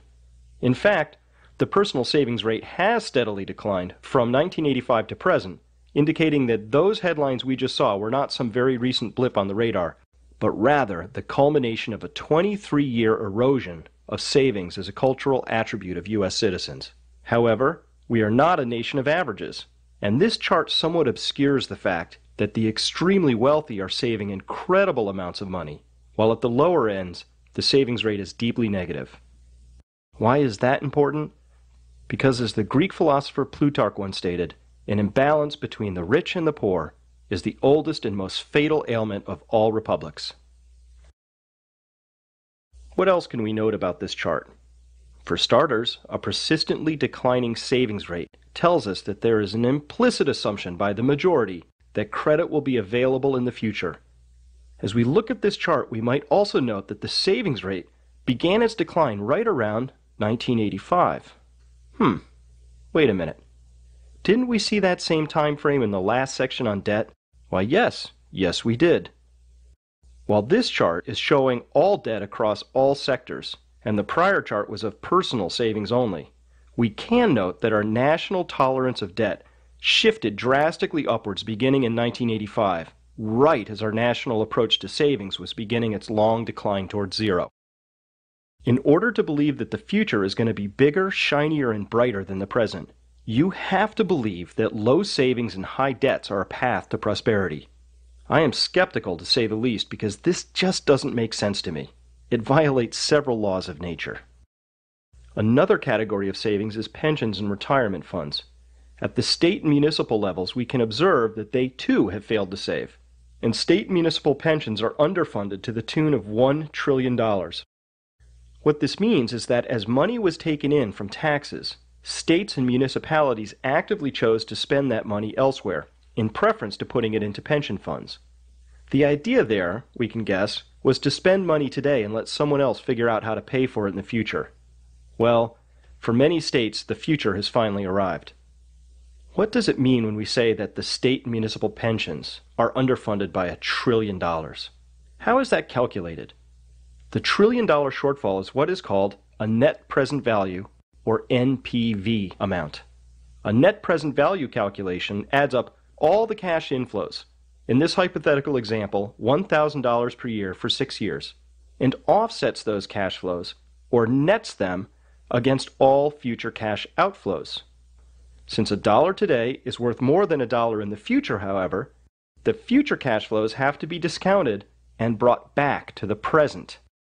We net all the cash inflows and costs, we discount them back to the present to determine if the thing we are measuring has a positive or negative value.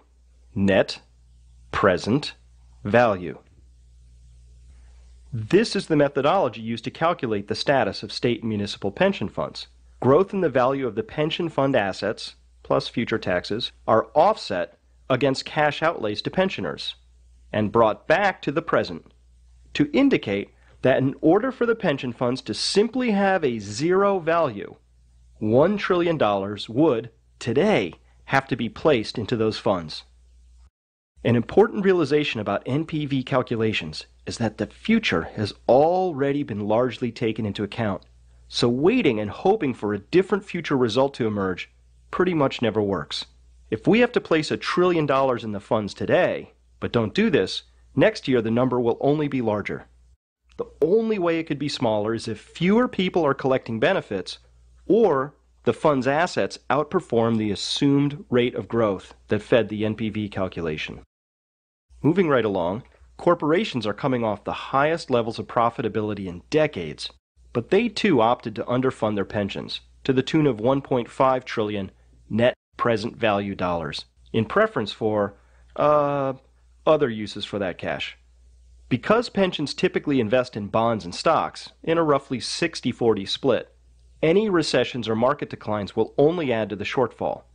In part, the pension shortfalls are a direct function of the extremely low interest rates currently available. Thanks, Greenspan and Bernanke. And also because the main stock market index is pretty much at the same level it was 9 years ago. And that's only if we don't inflation adjust the results. If we did, we'd have to go back a bit further. Since most pension funds assume an 8 to 10% yearly return, and since the stock market has had a zero gain for 9 years, the pension shortfalls are perfectly understandable. But when we get to the federal government, that's when the scary numbers emerge. David Walker, the recently retired comptroller of the U.S. and a personal hero of mine, said of the U.S. government, "Its financial position is worse than advertised. It has a broken business model. It faces deficits in its budget, its balance of payments, its savings, and its leadership." Wow, those are some pretty strong words. In my assessment, he's absolutely right. And here's some data to support that. This is a table taken right from the U.S. government annual report found on the Treasury Department website. Again, we are going to be looking at NPV numbers. The first is a nearly $9 trillion shortfall representing the total U.S. government net position, without including Social Security and Medicare. Again, this means that all U.S. government cash inflows, plus the value of all government assets, would have to be offset against known outlays to determine that, today, the U.S. government would have to somehow obtain $8.9 trillion to balance its liabilities against its assets. But that's not even the 1/5 of it. Once we add in Social Security and Medicare, the shortfall suddenly balloons to $53 trillion by the Treasury Department's own calculations. Whoa, stop right there. That's more than 4 times GDP. This means that the U.S. government is insolvent. Why is this not topic number 1 on the presidential campaign trail? A country this far in hock has some real future issues and is potentially on its way to bankruptcy. In case you are harboring the notion that there's some money socked away in a special U.S. government account, like a lockbox, this picture shows George Bush standing next to the entire Social Security trust fund. Yep, there it is. The entire trust fund is a 3-ring binder with slips of paper in it saying that the U.S. government has spent all the money and replaced it with special Treasury bonds. Hold on there. Aren't Treasury bonds an obligation of the U.S. government? How can the government owe itself money? It can't. All government revenue either comes from taxpayers or borrowing. So when the time comes to pay off those special bonds, that money will either come from taxpayers or additional borrowing.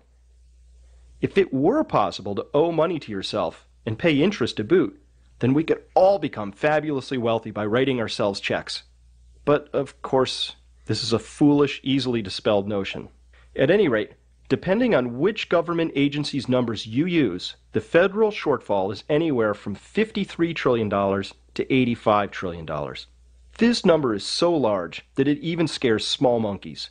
And proving the point that you cannot grow your way out of an NPV shortfall, this number has grown by nearly $40 trillion over the past 10 years, advancing during both strong and weak economic times. And finally, saving is related to investing. And according to the American Society of Civil Engineers, we've fallen short there as well. In 2005, they assessed the condition of 12 categories of infrastructure, including bridges, roadways, drinking water systems, and wastewater treatment plants. They gave the U.S. an overall grade of D and calculated that $1.6 trillion would be needed over the next 5 years to bring us back up to first world standards. Since that was in 2005, and inflation for things made out of metal and asphalt has advanced enormously since then, let's just round that up to, say, an even $2 trillion. Putting it all together, we find that a personal failure to save is reflected by a state and local failure to save, which are themselves mirrored by a corporate failure to save, all dwarfed by a failure to save at the federal government level. And capping it all off is a profound failure to invest. All of these deficits lie before us and lead me to conclude that the next 20 years are going to be completely unlike the last 20 years. This is our legacy, the economic and physical world that we are choosing to leave to those who follow us. How did we get here? How did this happen? Next, we move on to assets to see how they stack up against our debts and our national failure to save.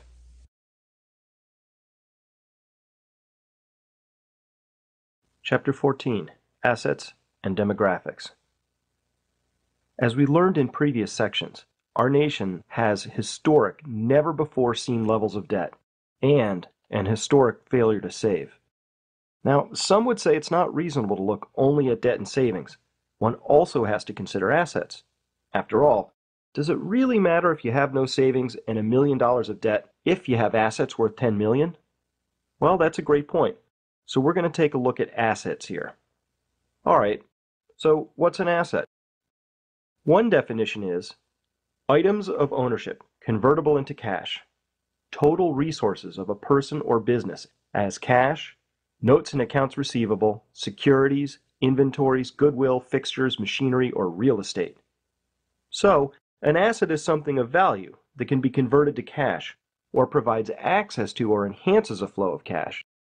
If we said simply that assets are deposits, real estate, stocks or bonds, and the stuff we own, we'd pretty much cover the vast majority of what we consider to be our assets. As we saw earlier, the liabilities and assets of the U.S. and state governments are really the liabilities of its citizens. But do remember, as we noted in Chapter 13, the U.S. government has a total net worth of negative $50 to $85 trillion. In fact, that mismatch between assets and liabilities does not belong to the U.S. government. It belongs to you and me and everybody else. Our national debts and liabilities are, well, ours. On the private side, the assets of companies belong entirely to the bondholders and shareholders of that company, not the company itself. And who are those? Ultimately, private citizens. Since we can pool citizens into households, we could examine household assets, deduct some relevant liabilities, and get a decent view of where things stand. And we do this because the Federal Reserve happens to track net worth at the household level, and this data is routinely and widely reported in the media. In fact, according to the Federal Reserve, household net worth has exploded by nearly $20 trillion in only 5 years, an astonishing feat, and it represents more wealth than our country managed to amass from its inception until the late 1980s. And these are net assets, so the Federal Reserve and many in the media take the position that with just under $60 trillion in net worth, Americans are doing just fine and our rapidly climbing levels of debt are no cause for concern. But before we get too excited about the astonishing wealth indicated here, there are two key oversights and a fallacy hidden in this report, of which you should be aware. As always, the devil's in the details. Before I address those, I want you to observe this period right here, spanning from 2000 to 2003. That dip in the net worth of households was due to the stock market collapse that ran from 2000 to 2003 and caused such great panic at the Fed that Greenspan lowered interest rates to the emergency rate of 1%, thereby igniting the greatest of housing and credit bubbles in all of history. And this decline in net worth leads to this observation. Debt is fixed. When you take on a debt, there it placidly sits, until and unless you make payments on it. Debts do not vary with the general economic conditions, or whether you get a raise or lose your job. Assets, on the other hand, are variable, sometimes gaining and sometimes losing value. And so this leads to the 8th key concept of the crash course. Debts are fixed, but assets are variable.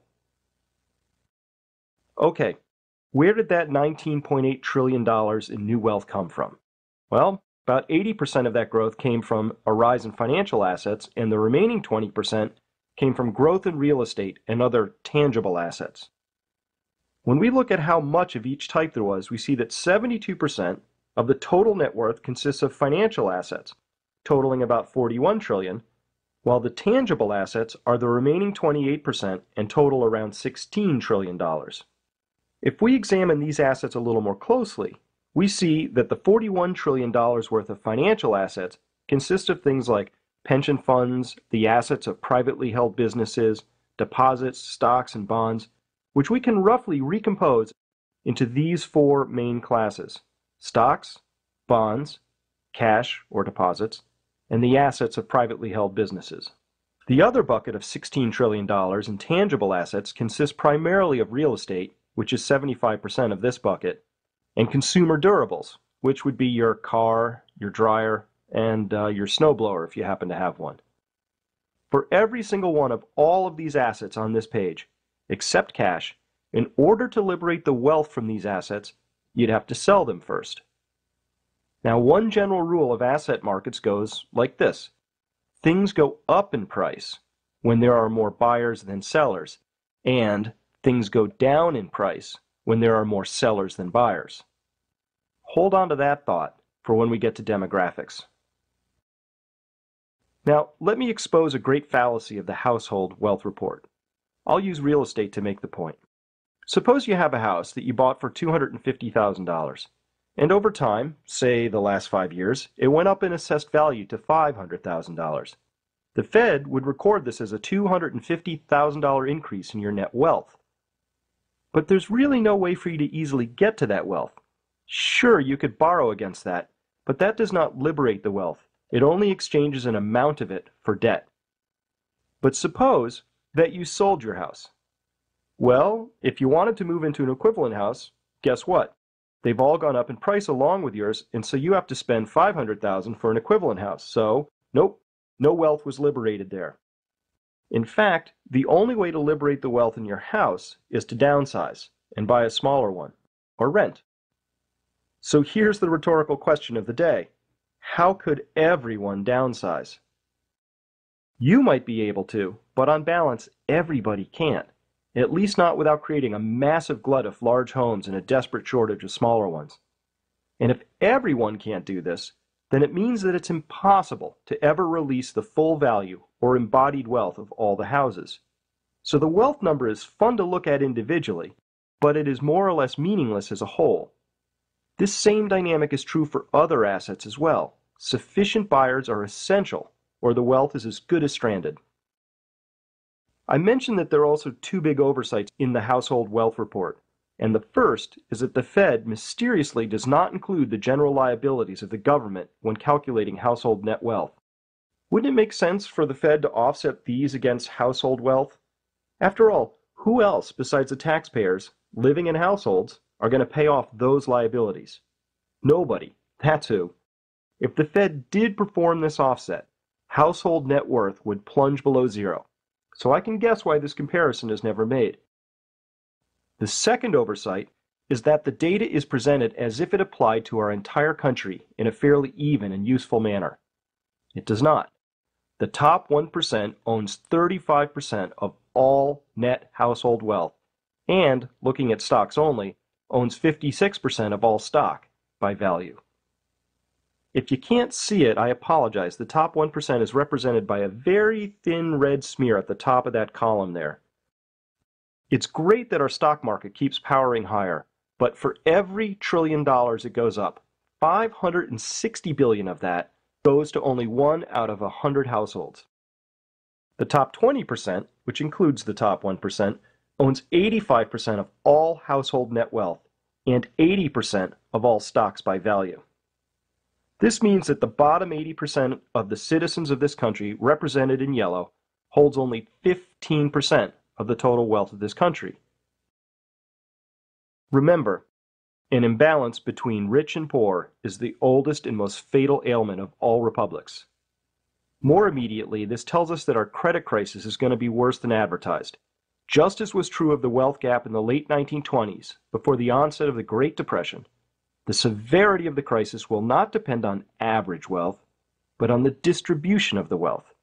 If a large swath of the population lacks the means to weather the storm, then that storm will be longer and harsher than otherwise would be the case. So what does it mean that 80% of our population possesses a meager 15% of the total wealth? For one thing, it means that recent efforts by the Fed to provide massive amounts of liquidity to support the biggest and wealthiest banks at the inflationary expense of the lower classes were not only misguided, but they were cruel and unusual. This leads to an easy prediction to make. The wealth gap in the United States will hamper our recovery and deepen the downturn. In order to really understand why I've been harping on this notion of assets being variable and their value being dependent on the ratio of buyers to sellers, we'll need to take a quick trip into demographics. Recall that the U.S. government has not saved in any of its entitlement programs, and that it has a massive shortfall in them, measuring in the tens of trillions of dollars. That situation comes about because the entitlement programs are really wealth transfer programs, not savings accounts, and so they depend on a significant surplus of current workers to retirees. The shortfalls in these programs are being exacerbated by a troubling trend. In 1950, there were 7 workers per retiree, and the system was balanced. By 2005, that ratio had dropped to only 5 to 1, and the system was already exhibiting signs of distress. By 2030, that ratio will have plummeted to a thoroughly unworkable value of less than 3 to 1. And this trend comes about as a feature of the so-called baby boom. This is a demographic chart of the United States, and each bar represents a clustering of all the people who are within a 5-year wide age window, as seen on the left axis. The baby boomers number around 75 million strong and roughly occupy these 4 bands. While it may not seem like much, the hole that exists in the population behind the baby boomers represents an enormous challenge and even threat to our entitlement programs and will greatly complicate our efforts to resolve our levels of debt and our national failure to save. A more normal population distribution, if you will, and the kind that humans evolved with over countless millennia, looks like this: a pyramid. Again, this shows 5-year wide age brackets, with men in red and women in yellow. This distribution is capable of supporting an entitlement program, such as the one in the US, that is based on transferring wealth directly from workers to retirees. But when we cast this chart forward to 2000, the baby boomer bulge is quite apparent. Besides the challenge that this demographic profile offers to the entitlement programs, an even larger challenge is presented to both the debt and savings issues I painted in previous chapters, and even to the value of our assets. Here's what I mean. The boomers are the wealthiest generation ever. They hold nearly all of the assets, and they will need to dispose of those assets to fund their retirements. Who exactly are the boomers planning on selling their assets to? This guy? Even if his generation somehow could afford to buy all these assets, there simply aren't enough people in his generation to buy them. In order to fund their retirement dreams, boomers are going to have to sell off their assets. And again, we might wonder, to whom exactly? And lastly, if the massive accumulation of debt over the past 23 years was predicated on the assumption that the future will be much larger than the present, we might also question how exactly that will come to pass if boomers are retiring en masse and there are fewer behind them to take their place. Man, the next generation better be prepared to work really, really hard. Too bad they're graduating with the highest levels of college debt ever recorded. This sort of demographic profile will be with us for decades and cannot be wished away or fixed by some clever policy. It is simply a fact of life, and one that we do well to recognize and plan for rather than ignore. Boomer retirement has already begun, and the pace of this will accelerate rapidly over the next 15 years, which will make the 20-teens quite interesting, and leads me to conclude that the next 20 years are going to be completely unlike the last 20 years. Next time, we're going to discuss asset bubbles.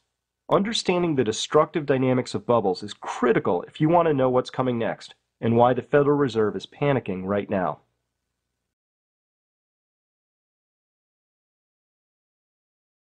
Okay, now that we've taken a look at U.S. assets, we need to spend some time understanding what an asset bubble is, how one might form, and the consequences of the aftermath. And we are specifically going to examine the housing bubble in detail because it's happening right now and is the largest bubble in all of history and will probably be the most destructive. Through the long sweep of history, the bursting of asset bubbles has nearly always been traumatic. Social, political, and economic upheavals have a bad habit of following asset bubbles, while wealth destruction is a guaranteed feature. Along the continuum of irrational financial behavior, it can be tricky to tell the difference between a bubble, a mania, and a mere touch of exuberance. A bubble is reserved for the height of folly, and history is rich with folly. Bubbles used to happen once every generation or so, because it took time to forget the pain from the damage.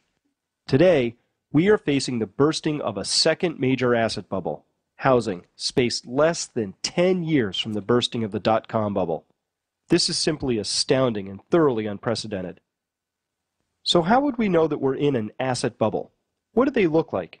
And what can we expect when one bursts? The Fed famously likes to claim that you can't spot one until it bursts. But actually you can, and the definition is pretty simple. A bubble exists when asset price inflation rises beyond what incomes can sustain. A bubble represents people abandoning reason and prudence for hope and greed. Out of that prior list, let's look at one of the more interesting bubbles that happened in Holland in the 1600s. For some reason, the people of that time became infatuated with tulips, saw them as a surefire path to riches, and a financial mania set in. The bubble began when beautiful and unique variants in tulip coloration were developed and bulbs began trading at higher and higher amounts as the speculative frenzy built. At the height of the bubble, a single bulb of the most highly sought-after example, the Semper Augustus, seen here, commanded the same selling price as the finest house on the finest canal. But eventually, people figured out that you actually could grow quite a few tulip bulbs if you set your mind to it, and that perhaps bulbs were, after all, just bulbs. It is recorded that the tulip craze ended even more suddenly than it began, ending almost in a single day at the start of the new selling season in February of 1637. On that day, a silent whistle blew that only dogs and buyers could hear, and prices crashed. This example illustrates two characteristics of bubbles.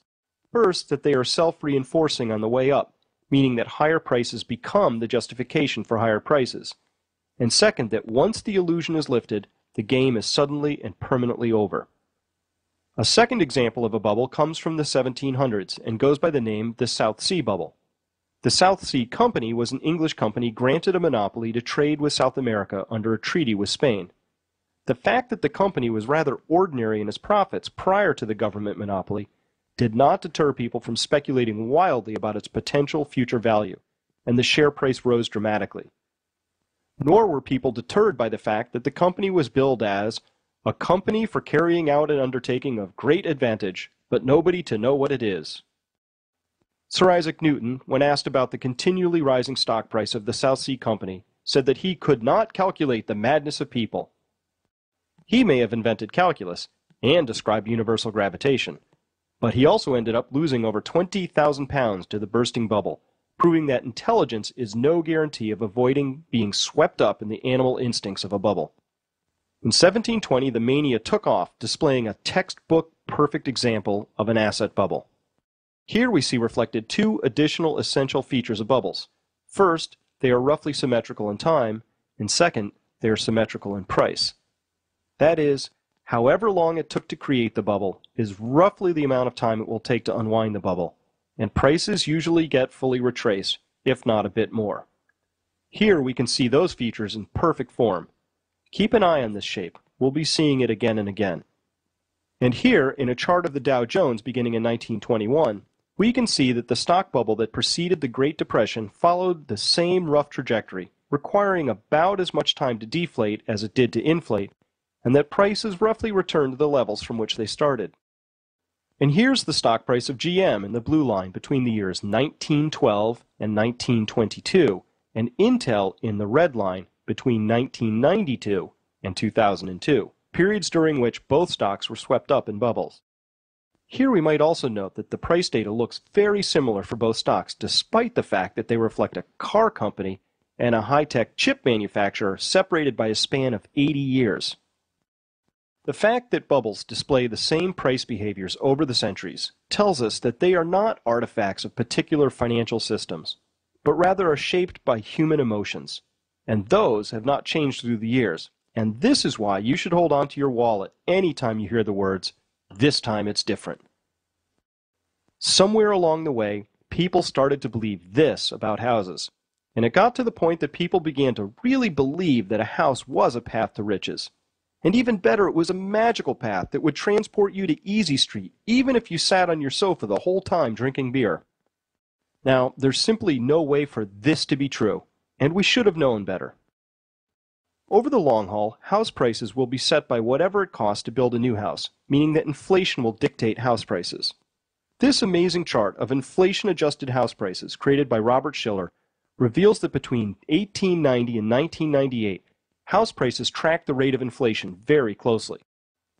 In this chart, when the line is rising, houses are appreciating in price faster than the rate of inflation, and anytime the line is falling, they are losing ground compared to inflation.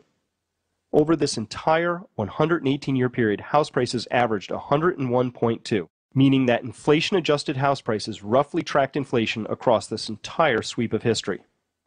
When prices got too low, they rose, and when they got too high, they fell. See this little bump right here? That was a property bubble that I still remember clearly because it impacted the Northeast where I lived at the time, and I got to ride my bike through abandoned construction projects, which was cool. Notice that this property bubble returned to baseline in a fairly symmetrical fashion, as did the property bubble of 1989. Well, if those were property bubbles, then what's this? This housing bubble is one that has no historical precedent and is massively out of proportion to anything we've experienced before. There is nothing even remotely close to it in magnitude, so we are left without any history to guide us as to what the impacts are likely to be. And also note that this bubble did not suddenly begin in 2004. It began in 1998 and had eclipsed the past two bubbles by the year 2000. You might ask yourself if the Federal Reserve had access to this data and knew we had a property bubble on our hands as early as 2000, why did they continue to aggressively lower interest rates to 1% and hold them there between the years 2003 and 2004? Now that's a darn good question, and I'll get to that in a minute. Based on this chart, where and when might we expect this bubble to finally bottom out? Well, symmetry suggests the bottom will be somewhere around 2015, while history might suggest that prices will decline by roughly 50% in real terms. The other way that we could look at all of this is in terms of affordability. Over the long haul, it is impossible for median house prices to rise faster than median incomes. Why? Because the amount that people can afford to pay sets a limit on house prices. Here's a chart I put together that compares median incomes to median house prices. The bubbles of 1979 and 1989 are not very dramatic on this graph, but there they are, marked by the black arrows. The fact that median incomes did not deviate very far from those prior bubbly house prices helped to limit the impact of the bursting of those bubbles, painful though they were, because incomes and house prices did not have to travel very far to meet up again. This time, again, we have no historical precedent for the gap between income gains and house prices, and we see disturbing signs as early as 1999 that things were getting seriously off track. Based on income gains alone, how much would house prices have to fall to bring these lines back together? The answer is 34%, nationally, indicating that we've still got a long way to go. Given the propensity of bubbles to overshoot to the downside, we can't entirely discount that a 40 or 50% decline is in the cards. And here we might also guesstimate that house prices would bottom somewhere in the vicinity of 2012 to 2015. Remember, a bubble exists when asset price inflation rises beyond what incomes can sustain, and that's exactly what we see in this chart. So where was the Fed during all of this? They were busy writing research papers convincing themselves that there was no housing bubble, as seen in this 2004 Fed study entitled, "Are Home Prices the Next Bubble?" The main summary of this study started off on a good note, stating, "Home prices have been rising strongly since the mid-1990s, prompting concerns that a bubble exists in this asset class and that home prices are vulnerable to a collapse that could harm the U.S. economy." But then the main conclusion of the paper veered sharply off into a ditch, reading, "A close analysis of the U.S. housing market in recent years, however, finds little basis for such concerns. The marked upturn in home prices is largely attributable to strong market fundamentals. Home prices have essentially moved in line with increases in family income and declines in nominal mortgage interest rates." Essentially moved in line with increases in family income? What? One of the most widely known facts of our time is that family incomes have not moved up at all over the past 8 years on an inflation-adjusted basis, and is one of the principal economic failures of this decade. This just goes to show that the Federal Reserve is either stocked with inept or biased researchers, and of the two, I'm not sure which makes me feel worse about our chances of pulling through this mess. But the Fed's researchers were simply doing what millions of people did. namely falling prey to believing that somehow this time it's different. But that's just how bubbles are. People take leave of their senses, use all manner of rationales to justify their positions, but then, suddenly, one day the illusion lifts and what seemed to be unassailably true no longer makes any sense at all. While it's tempting to lay the blame for what's happening on the housing bubble, it's important to remember that the dramatic rise in house prices was itself just a symptom of a credit bubble run amok. Total credit at the end of 2000, when the stock bubble was bursting, stood at $27 trillion. By the end of 2007, it stood at an astounding $48 trillion. This $21 trillion increase in borrowing is 5 times larger than the increase in U.S. GDP over the same period of time. Any attempt to understand the housing bubble has to be viewed against the backdrop of this massive increase in debt. But as we noted in an earlier chapter, this credit bubble has been going on for 25 years. Unwinding a multi-generational debt binge is going to require some enormous changes in attitudes and habits. One reason that any bubble, but especially a housing bubble like this one, is so destructive is because so many bad investments are made along the way. Too many houses were built, too many shopping centers, too many condos, and nearly all of them too large and ill-positioned for a future of expensive energy. Sorry to say, but all those trillions of dollars were wasted, and worse, stole opportunities from the things that really needed that money more.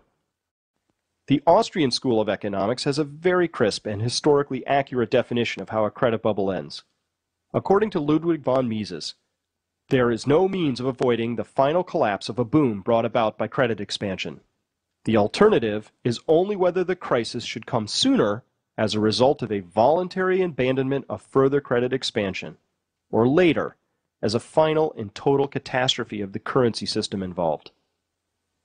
This is a view I happen to ascribe to and explains my strong preference for placing my wealth out of the path of a potential dollar collapse. As a nation, we've undertaken desperate measures to avoid abandoning the continuation of our credit expansion, leaving a final catastrophe of the currency as our most likely outcome. As for the timing, it could hardly be worse. Dealing with a bursting housing bubble is not the sort of challenge we need at this particular moment in history. But here we are. The stewardship and vision displayed by the Federal Reserve in Washington, D.C. in bringing all of this about has been utterly atrocious. So what can we expect from a collapsing credit bubble? Simply put, everything that fed upon and grew as a consequence of too much easy credit will collapse. I am especially leery of financial stocks and low-grade bonds, and of course, real estate. I see very few conventional ways to protect one's wealth, and so I invite you to begin asking yourself, and, if you have one, you're a financial advisor, some very hard questions about the safety of your holdings. You'll be glad you did. Remember, this time, it's probably not different.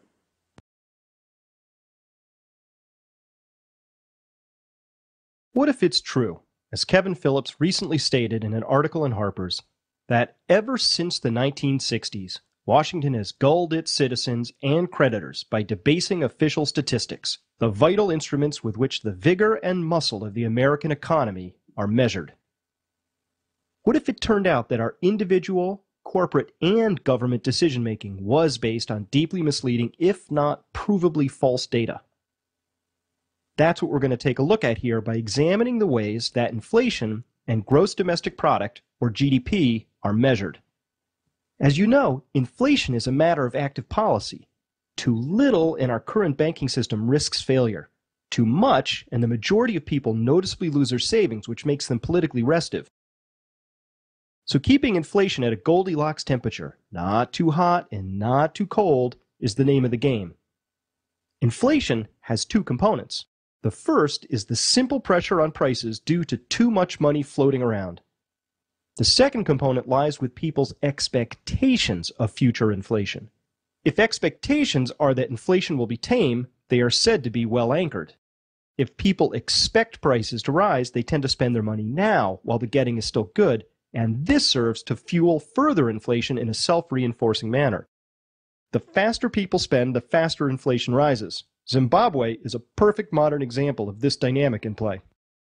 Accordingly, official inflation policy has two components. The first is regulating the money supply, and the second is anchoring your expectations. And how exactly is this anchoring accomplished? Over time, this has evolved into little more than telling you that inflation is a bit lower, or even a lot lower, than it actually is. The details of how this is done are more complicated, but worthy of your attention. Let me be clear. The tricks and subversions that we will examine did not arise with any particular administration or political party.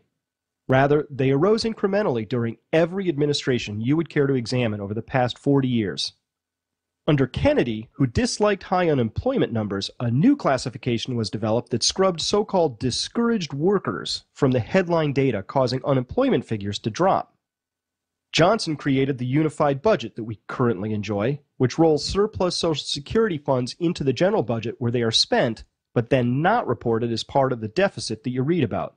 Richard Nixon bequeathed us the so-called core inflation measure, which strips out food and fuel, which, as Barry Ritholtz says, is like reporting inflation ex inflation.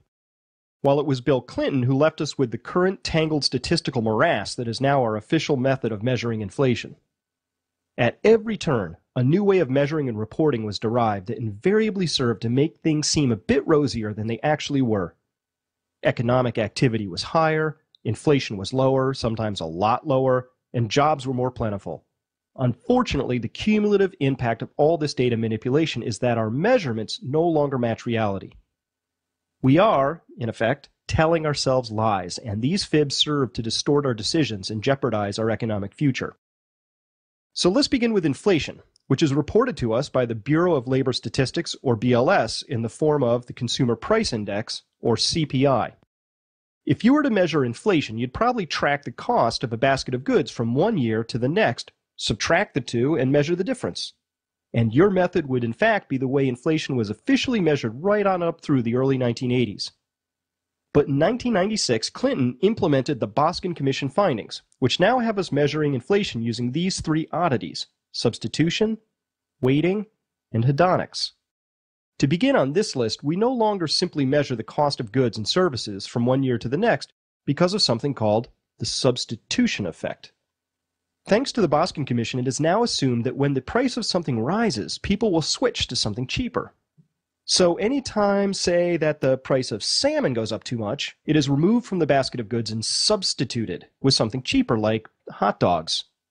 By this methodology, the BLS says that food costs rose 4.1% from 2007 to 2008. However, according to the Farm Bureau, which does not do this and simply tracks the exact same shopping basket of 30 goods from one year to the next, food prices rose 11.3% over the past year, compared to the BLS, who say that they only rose 4.1%. Now that's a huge difference. One impact of using substitution is that our measure of inflation no longer measures the cost of living, but the cost of survival. Next, anything that rises too quickly in price is now subjected to so-called geometric weighting, in which goods and services that are rising most rapidly in price get a lower weighting in this CPI basket, under the assumption that people will use less of those things. Using the government's own statistics from two different sources, we find that healthcare is about 17% of our total economy, but it is only weighted as 6% of the CPI basket. Because healthcare costs are rising extremely rapidly, the impact of including a much smaller healthcare weighting is a reduction in reported inflation. By simply reinstating the actual level of healthcare spending, our reported CPI would be several percent higher. But the most outlandish adjustment of them all goes by the name hedonics, the Greek root of which means for the pleasure of. This adjustment is supposed to adjust for quality improvements, especially those that lead to greater enjoyment or utility of the product, but it has been badly overused. Here's an example. Tim LaFleur is a commodity specialist for televisions at the Bureau of Labor Statistics, where the CPI is calculated.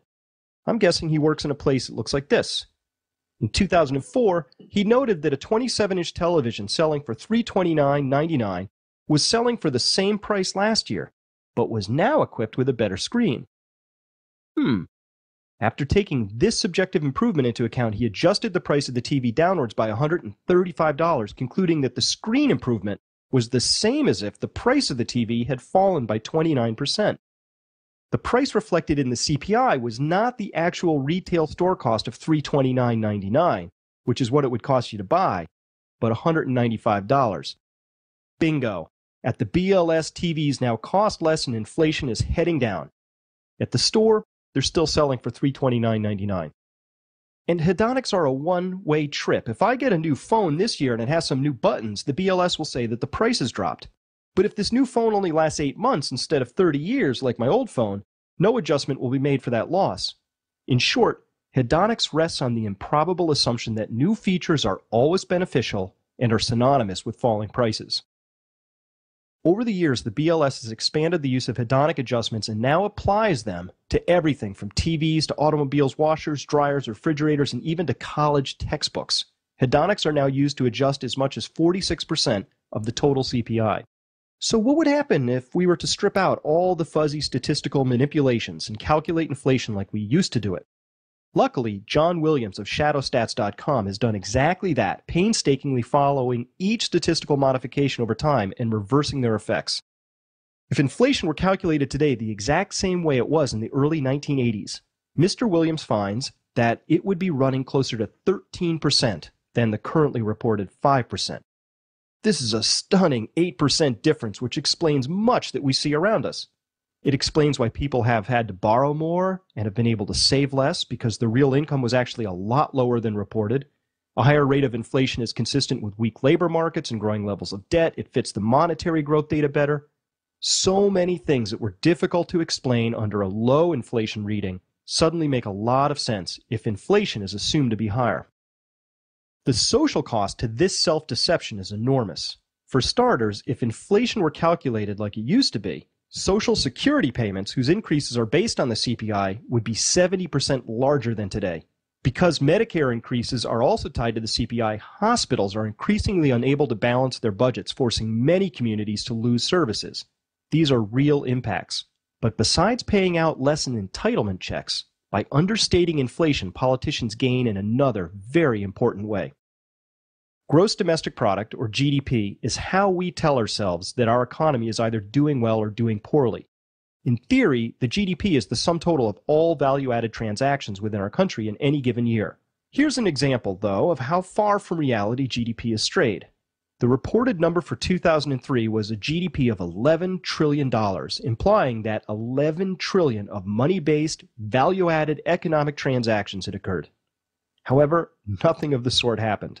First, that 11 trillion included $1.6 trillion of imputations, where it was assumed that economic value had been created, but no actual transactions took place. The largest of these imputations was the value that the owner of a house receives by not having to pay themselves rent. Did you follow that? If you own your house, the government adds how much they think you should have been paying yourself in rent to live there, and adds that amount to the GDP. Another is the benefit that you receive from the free checking provided by your bank, which is imputed to have a value because if it weren't free, then you'd have to pay for it. So that value is guesstimated and added to the GDP as well.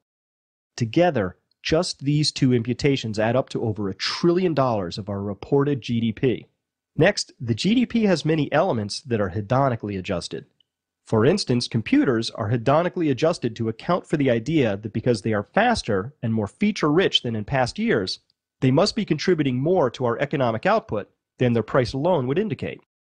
So if a $1,000 computer were sold, it would be recorded as contributing more than $1,000 to the GDP. Of course, that extra money is fictitious in the sense that it never traded hands and it doesn't exist. What's interesting is that for the purposes of inflation measurements, hedonic adjustments are used to reduce the apparent price of computers. But for GDP calculations, hedonic adjustments are used to boost their apparent price. Hedonics, therefore, are used to maneuver prices higher or lower, depending on which outcome makes things look more favorable. So, what were the total hedonic adjustments in 2003? An additional whopping $2.3 trillion. Taken together, these mean that $3.9 trillion, or fully 35% of our reported GDP, was not based on transactions that you could witness, record, or touch. They were guessed at, modeled, or imputed, but they did not show up in any bank accounts because no cash ever changed hands. As an aside, when you hear people say things like, our debt to GDP is still quite low, or income taxes as a percentage of GDP are historically low, It's important to remember that because GDP is artificially high, any ratio where GDP is in the denominator will be artificially low. Now, let's tie in inflation to the GDP story. The GDP you read about is always inflation adjusted and reported after inflation is subtracted from it. This is called the real GDP, while the pre-inflation adjusted number is called the nominal GDP. This is an important thing to do because GDP is supposed to measure real output, not the impact of inflation. Here's an example. If our economy consisted of producing lava lamps, and we produced one of them in one year and one of them the next year, we'd want to record our GDP growth rate as 0 because our output is exactly the same in both years.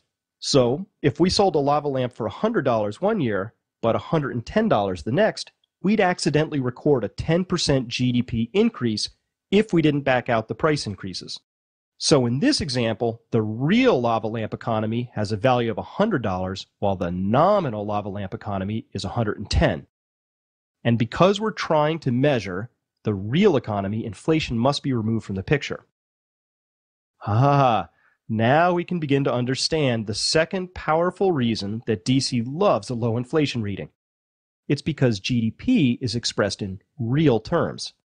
It works like this. In the third quarter of 2007, it was reported that we experienced a very surprising and strong 4.9% rate of GDP growth. At the time, there were many proud officials declaring that certain tax cuts or these programs or whatnot were responsible for this excellent news. Less well reported was the fact that nominal GDP was 5.9%, from which was deducted the jaw-droppingly low inflation reading of 1%, giving us the final result of 4.9%. In order to believe this 4.9% figure, you have to first believe that our nation was experiencing a 1% rate of inflation during the same period that oil was first approaching $100 a barrel, and inflation was obviously and irrefutably exploding all over the globe. Lest you think I've cherry-picked an accidental one-time embarrassing statistical BLS moment here, here's a chart of the so-called GDP deflator, which is the specific measure of inflation that is subtracted from nominal GDP to yield the reported real GDP. As you can see, for the past 15 quarters, the Bureau of Economic Analysis has been serenely and systematically subtracting lower and lower amounts of inflation, which simply flies in the face of both real-world inflation data and common sense. Remember, each percent that inflation is understated equals a full percent that GDP is overstated. If this is not lying to ourselves, then delusional is the next word that comes to my mind. If, instead, we make our own assumptions about inflation, or we use those of John Williams, and subtract these from the reported GDP numbers, then we find that we've been in a solid recession for quite a while now. Suddenly a lot of things that were difficult to understand make perfect sense. Contracting businesses, rising foreclosures, job losses, rising budget deficits, falling tax revenues, declining auto sales, all of these are consistent with recession, and not expansion. The same sort of statistical wizardry that we've just explored here is performed on income, unemployment figures, house prices, budget deficits, and virtually every other government-supplied economic statistic you can think of. Each is laced with a long series of lopsided imperfections that inevitably paint a rosier picture than is warranted. We are now in the midst of a fearful credit crisis, a bursting bubble, and the first wave of boomer retirements, and solid, credible information is what we need as a beacon to find our way out. To close with Kevin Phillips again, our nation may truly regret losing sight of history, risk, and common sense. I couldn't agree more. Well, that's it for Fuzzy Numbers. Join me next time for peak oil and its relationship to our economic future.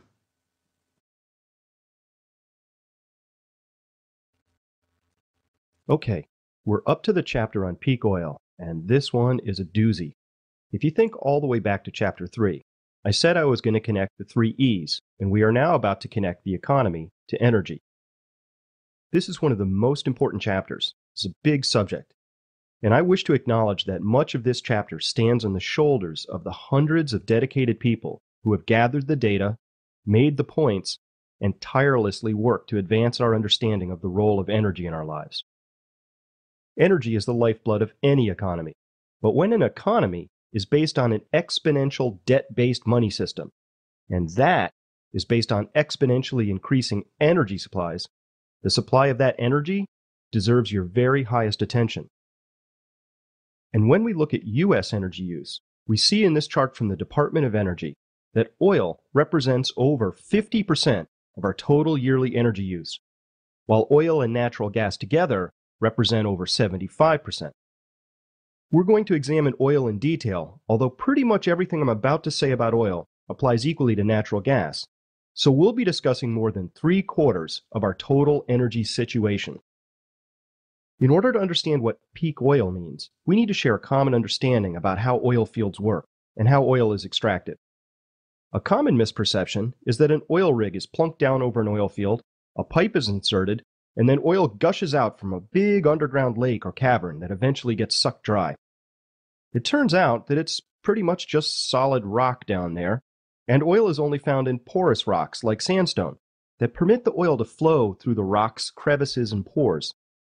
No vast caverns or lakes of oil exist down there. Oil has to be very carefully extracted from what turns out to be a solid rock matrix. It's better to think of an oil field like a margarita, where the oil is the tequila mix and the rock is the crushed ice. When an oil field is tapped, we find that the amount of oil that comes out of it follows a very prescribed pattern over time that ends up resembling a bell curve. At first, shortly after the drink is discovered, there's just one straw in our margarita. But then, with growing excitement, more and more straws are stuck in, and more drink flows out of the glass at a faster rate. But then that dreaded slurping sound begins, and now, no matter how many new straws we insert, the amount of margarita coming out of the glass declines until it is all gone, and we're only left with ice. That's pretty much how an oil field works. Every oil field exploited to date has exhibited the same basic extraction profile. And what is true for one is equally true when we measure across many oil fields and then sum the result. Because individual fields peak, so do collections of fields. Peak oil, then, is not an abstract theory so much as it is a description of an extremely well-characterized physical process. How much remains to be discovered is a theory, but the process by which oil fields become depleted is rather well understood. Peak oil is simply a fact. Also, peak oil is not synonymous with running out of oil. At the moment of peak, somewhere right around half the oil still remains. But something interesting happens at the halfway mark. Where oil gushed out under pressure at first, the back half usually has to get laboriously pumped out of the ground at higher cost. Where every barrel of oil was cheaper to extract on the way up, the reverse is true on the way down. Each barrel becomes more costly in terms of time and money and energy to extract. Eventually, it costs more to extract a barrel of oil than it is worth, and that's when an oil field is abandoned. Here's our experience with oil in the United States. From the first well drilled in 1859 in Titus, Pennsylvania, until 1970, more and more oil was progressively pumped out of the ground. But after that point, less and less came out of the ground. It is said then that the U.S. hit a peak of oil production at around 1970 at just under 10 million barrels a day, and today produces just a little over 5 million barrels a day. Those are the facts. Counting only our crude oil consumption here, the remaining balance of our 15 million barrel a day crude oil habit is met by imports. That is, we import 2/3 of our daily petroleum needs. Now, in order to produce oil, you have to first find the oil, right? It's pretty hard to pump something you haven't found. Here's the interesting part. U.S. oil discoveries peaked in 1930, which yields a gap between a peak in discovery and a peak in production of 40 years. Remember that number. Here's an interesting aside. Suppose we wanted to become independent from imported oil and decided to replace those 10 million imported barrels with some other form of energy. Those 10 million barrels represent the same energy equivalent as 750 nuclear power plants. Considering the issues we have with 104 we have operating right now, I think it's safe to say nuclear power is not a realistic candidate for eliminating oil imports. Well then, by how much would we have to increase, say, our solar, wind, biomass, renewable energy production? There, we'd have to increase our currently installed base by a factor of 2,000. Not 2,000%, 2,000 times as much. When we look at worldwide oil discoveries, we find that those increased in every decade up to the 1960s, and then have decreased in every decade since then, with future projections looking even more grim. The exact peak of discovery? That was in 1964, 44 years ago, and that is another cold, hard, indisputable fact. Remember, in order to produce oil, you have to find it first. So to all the advocates out there who hope that lots of oil remains to be found, possibly of an abiotic origin, I say, let's find it. And here is the third and final fact about production that I want to present. This is a chart of global, conventional crude oil production only. It leaves out biofuels and some other liquids. But conventional crude is the easy, high energy yield stuff, and that is what the world's past 100 years of growth has been built upon.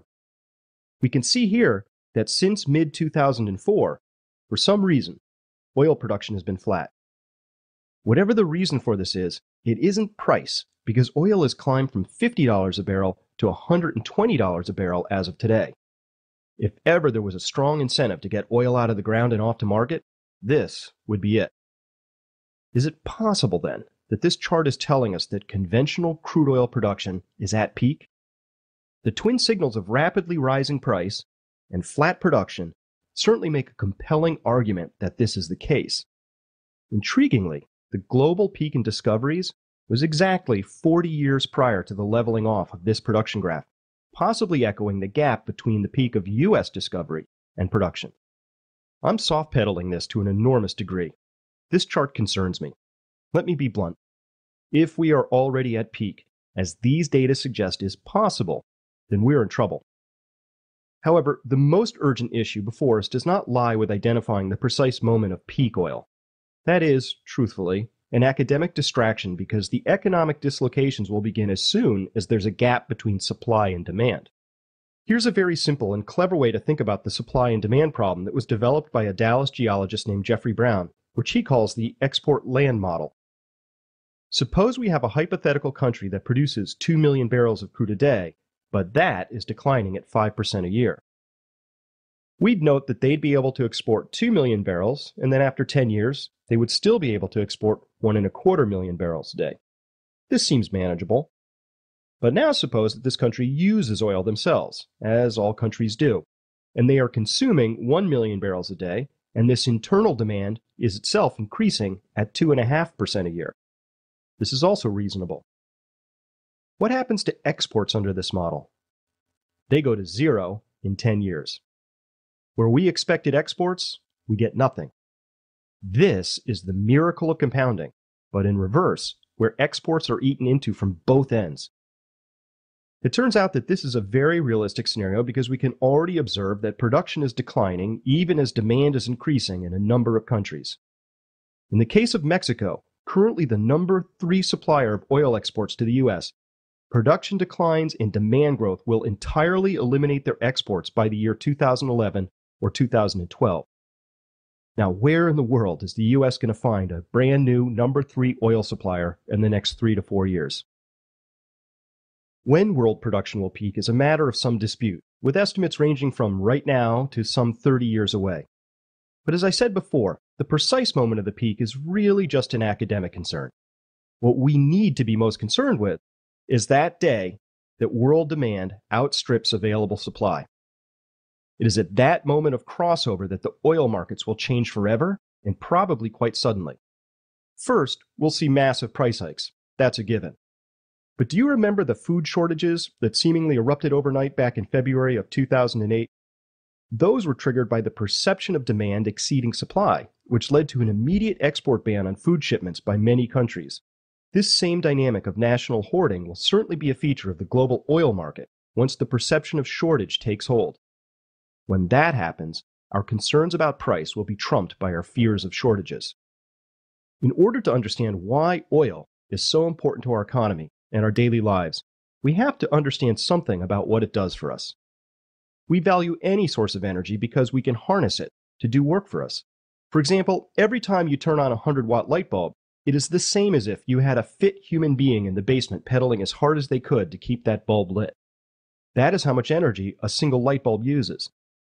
In the background, While you run water, take hot showers, and vacuum the floor, it is as if your house is employing the services of 50 such extremely fit bike riders.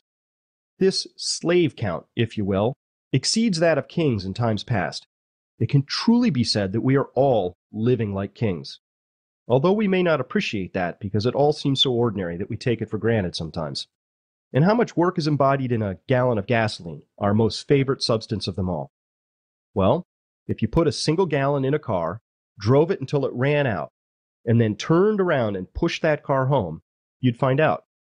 It turns out that a gallon of gas has the equivalent energy of 500 hours of hard human labor, or 12 and a half 40-hour work weeks. So then how much is a gallon of gas worth, would we say? $4? $10? If you wanted to pay this poor man $15 an hour to push your car home, then we might value a gallon of gas at $7,500. Here's another example. It has been calculated that the amount of food that the average North American citizen consumes in a year requires the equivalent of 400 gallons of petroleum to produce and ship. 400 gallons of petroleum per person per year just for food. At $4 a gallon, that works out to $1,600 of your yearly food bill being spent on fuel, which doesn't sound too extreme. However, when we consider that those 400 gallons represent the energy equivalent of 100 humans working year-round at 40 hours a week, then it takes on an entirely different meaning. This puts your diet well out of the reach of most kings of times past. Just to put this in context, as it is currently configured, food production and distribution uses fully 2/3 of our domestic oil production. This is one reason why a cessation of imports would be, shall we say, disruptive. Besides the way that oil works tirelessly in the background to make our lives easy beyond historical measure, oil is a miracle in other ways. In this picture, a typical American family was asked to cart out onto their front lawn everything in their house that was derived from oil. That's quite a sight. How easily could we replace the role of oil in our style of consumer-led, growth-based economy? Not very. We currently use oil mainly for transportation, sitting right at around 70% of all oil consumption. The next biggest block is for industrial purposes, followed by residential, which means heating oil. This last tiny little sliver, that's oil used to generate electricity. With the exception of biofuels, which I'll get to later, all renewable energy resources either provide heat or electricity, meaning that even if we entirely replaced all of the electricity and heat currently provided by oil with renewables, we'd only be addressing these tiny slices right here. And in the industrial processes, oil is the primary input feedstock to innumerable necessities of life, such as fertilizer, plastics, paint, synthetic fibers, chemical processes, and flying around. When we consider other potential fuel sources, we find that they are mostly incapable of fulfilling these needs. Biofuels and coal could potentially fill some of these functions, but certainly not without a massive reinvestment program, and not anytime soon. So let's review a few key facts. You have to find oil before you can produce it. And key fact number one here is that world oil discoveries peaked in 1964. U.S. discoveries peaked in 1930, and 40 years later, production peaked. We are now 44 years after the global discovery peak. That's a fact. Key fact number two is that world production of conventional crude has been flat for the past 4 years, even as prices have increased by 140%. Taken together, key facts number one and number two suggest the possibility that peak oil is already upon us. If true, then we are going to wish with all our hearts that we had begun preparing for this moment a decade or more ago. Key fact number three is that U.S. oil imports are the energy equivalent of more than 750 nuclear power plants, which is 7 times as many nuclear plants as currently exist here, and nearly twice the total number of nuclear plants in the entire world. Key concept, number 9 of the crash course then, is that peak oil is a well-defined process that is nothing more than a physical description of how oil fields age. We have literally thousands of studied examples under our belts, and this is not open to debate. Only when the peak might arrive is up for discussion. Mostly hidden from us in plain sight is key concept number 10. The amount of work that oil performs for you is equivalent to having hundreds of slaves. It is this work that makes our lives what they are, staggeringly comfortable by historical standards. The average middle-class life in Western society today would be the envy of most kings in times past. Key concept number 11 is that oil is a magical substance of finite supply but unlimited importance. This cannot be overstated. Transitioning from one fuel source to another is a devilishly expensive proposition, posing enormous challenges with respect to cost, scale, and time. Our species transitioned over many years from wood to coal because coal was a better fuel source. And we transitioned over several decades from coal to oil for the same reason. Nobody has been able to advance any candidates as our next source of energy. Technology is not a source of energy. It may help us to exploit our energy more efficiently, but it would be a big mistake to confuse technology with an energy source. And finally, what we need to keep a careful eye out for is the supply of oil being exceeded by demand. And this raises key concept number 12. Oil exports are being hit two ways, by rising demand and declining production. This raises the prospect that the moment when the world's nations finally realize there's not enough oil to supply everybody may come much sooner than most suspect. Exponential functions are hard for most humans to grasp, and oil exports are being exponentially squeezed in two directions, subjecting them to a surprisingly high rate of decline. And this completes an immensely brief tour through peak oil. If you've not already done so, you owe it to yourself to become knowledgeable on this subject due to its unequaled importance. I have links aplenty on the essential books, essential articles, and resources pages of my site. In the next section, we will discuss the intersection between energy and the economy, and I will make the point that it was no accident that our exponential, debt-based money system grew up at precisely the same moment that a new source of high-quality energy was discovered that proved capable of increasing exponentially right alongside it. Please join me as I explore the importance of energy to our particular economic and monetary systems in Chapter 17b, Energy Economics. Thank you for your attention.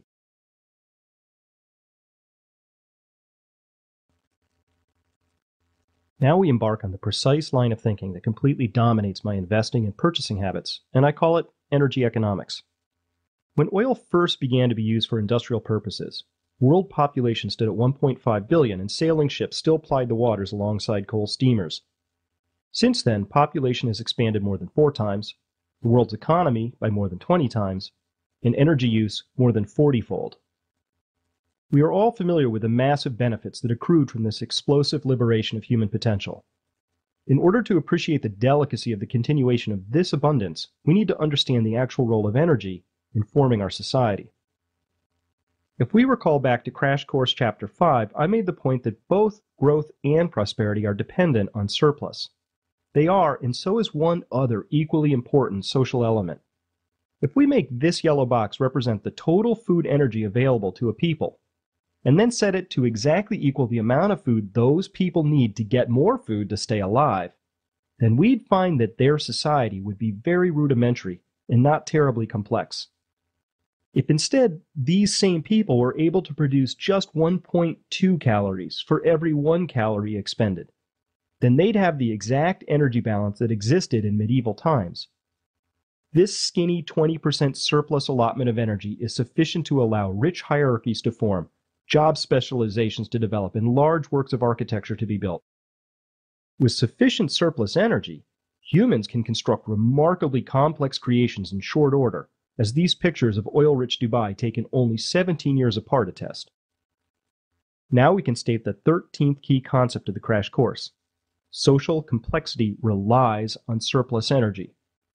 Societies that unwillingly lose complexity are notoriously unpleasant places to live. Given this, shouldn't we pay close attention to how much surplus energy we've got and where it comes from? This is why we're going to take a quick tour through the concept of energy budgeting. It's the same as household budgeting, but we leave dollars out of the equation. It works like this. At any given time, there is a defined amount of energy that is available to use as we wish. Let's put everything into this yellow square: solar, wind, hydro, nuclear, coal, petroleum, natural gas, and anything I've happened to miss. That's our total energy budget, and we can use it any way we wish. But if we want to have more energy next year, we obviously are going to have to invest some of that back into finding more energy. And then we'll also have to invest some in building and maintaining the capital structure that allows us to collect and distribute that energy. and to maintain a complex society. Roads, pipelines, bridges, electrical pylons, and buildings all go into this category of capital. Now, what's left over can be used for consumption. Part of this goes to basic living needs, such as water, food, and shelter, leaving the rest for discretionary things like trips to the Galapagos and hula hoops or attending Burning Man. To simplify this even more, we can divide energy up into two big buckets: energy that must be reinvested to keep everything going, and energy that we can more or less choose what to do with. This is exactly analogous to your earnings. Suppose that your household earns $50,000 a year, and your total taxes are 30%, or $15,000. This leaves you $35,000 to buy food, pay for your shelter, purchase gasoline for your car, and maybe do a few other things besides. If this suddenly flipped around, and you found yourself with only $15,000 of take-home pay, your situation would change drastically. Perhaps you could only afford food and shelter, while the car and electronics and maybe vacations became distant memories. Your life would be forcibly simplified in terms of the number of things that you could afford to buy or do.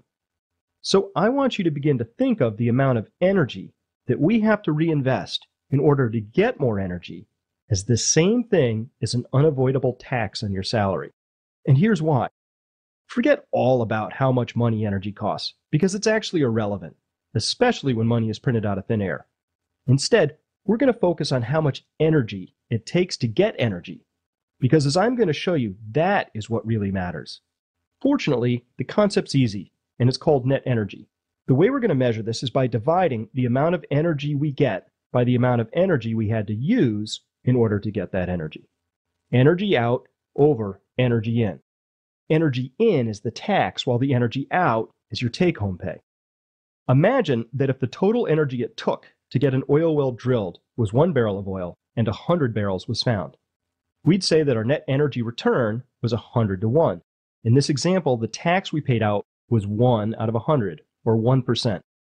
Another phrase for this that you may encounter is energy returned on energy invested, which goes by the acronym EROEI. We're just going to stick with energy out divided by energy in for this section, or net energy, as it's easier to visualize and it's essentially the same thing. Now, let's make this visual by graphically comparing the relationship between energy out and energy in. The red part is the amount of energy we have to put in, and the green part is how much we got out, or the net energy. And we're displaying them such that they always sum to 100%. In this first scenario, the energy out divided by energy in yields a value of 50, meaning that 1 unit of energy was used to find and produce 50 units of energy. In other words, 2% was used to find and produce energy, leaving us a net 98% to use however we see fit. We could also call this part the surplus energy available to society. Even at a net energy ratio of only 15, the surplus energy available to society remains quite high. This surplus energy, of course, is what supports all of our economic growth, our technological progress, and our wonderfully rich and complicated society. Now, I want to draw your attention to what happens over here on this part of the chart between the readings of 10 and 5. The net energy available to society begins to drop off in a manner that should be familiar to you after seeing the section on exponential charts. Only this hockey stick points down, below a reading of 5, and the chart heads down in earnest, hitting 0 when it gets to a reading of 1. When it takes 1 unit of energy to get a unit of energy, there is 0 surplus, and there's really no point in going through the trouble of getting it. Below a reading of 5, we are on the energy cliff. To find out why this is an enormously important chart, let's look at our experience with net energy with respect to oil. In 1930, for every barrel of oil used to find oil, it is estimated that 100 were produced, giving us a reading of 100 to 1, which would be way off this chart to the left. By 1970, fields were a lot smaller and the oil often deeper or otherwise trickier to extract, and the net energy gain was now down to a value of 25 to 1. Still, a very good return with lots of green beneath it. By the 1990s, this trend continued, with oil finds returning somewhere between 18 and 10 to 1. And today, it is estimated that recent oil finds are returning only 3 to 1 net energy. Why is this net yield dropping? Because in the past, a relatively small amount of energy was required to create the metal for a smallish rig, and the finds were massive and plentiful and relatively shallow. Today, Much more energy is required to find energy. Exploration ships and rigs are massive. If we put our humble 1930s rig to scale, it looks like this. And today, more wells are being drilled to greater depths to find and produce smaller and smaller fields, all of which weigh upon our net energy return. And what about the allegedly massive amounts of oil contained within the so-called tar sands and oil shales, the ones that are often described as equivalent to several Saudi Arabias? The net energy values for these are especially poor and in no way comparable to the 100-to-1 returns found in Saudi Arabia. Further, the water and environmental costs associated with them are disturbingly high. And what about renewable energy sources? Methanol, which can be made from biomass, sports a net energy of about 3, while biodiesel offers a net energy return of somewhere around 2.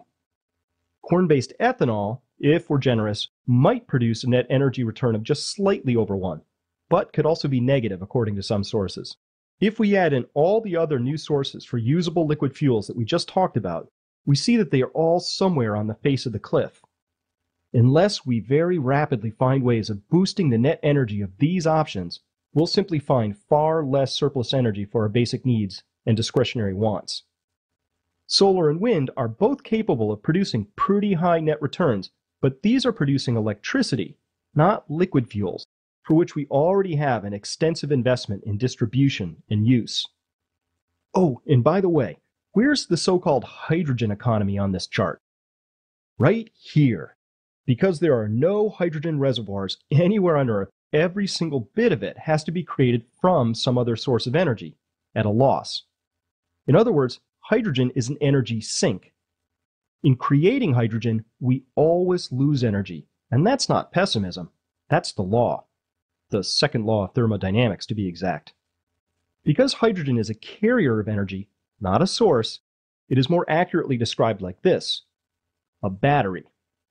Now, to make an absurd argument, because nobody would be this foolish, suppose Congress made the decision to, say, try and run our society on corn-based ethanol. What could we expect there? Well, if we adjust our graph to reflect that decision, we'll see a whole lot of red and very little green. The tax is very high, while our take-home pay is very low. By way of commentary, I find it somewhat telling that out of all the possible alternative energy sources, this is the one that Congress chose to advance. I mean, short of directly launching barrels of oil into outer space, it's hard to imagine a much more foolish idea. The important point here, though, is that even if the government completely subsidized ethanol to the point that it only cost you a penny a gallon to buy, we would soon find ourselves ruined. And the reasons why have already been covered. With less surplus energy, less societal complexity is possible. Under an ethanol regime, we'd find that many cherished job positions would simply vanish. Regulatory compliance specialists for food additives would have to revert to being farmers.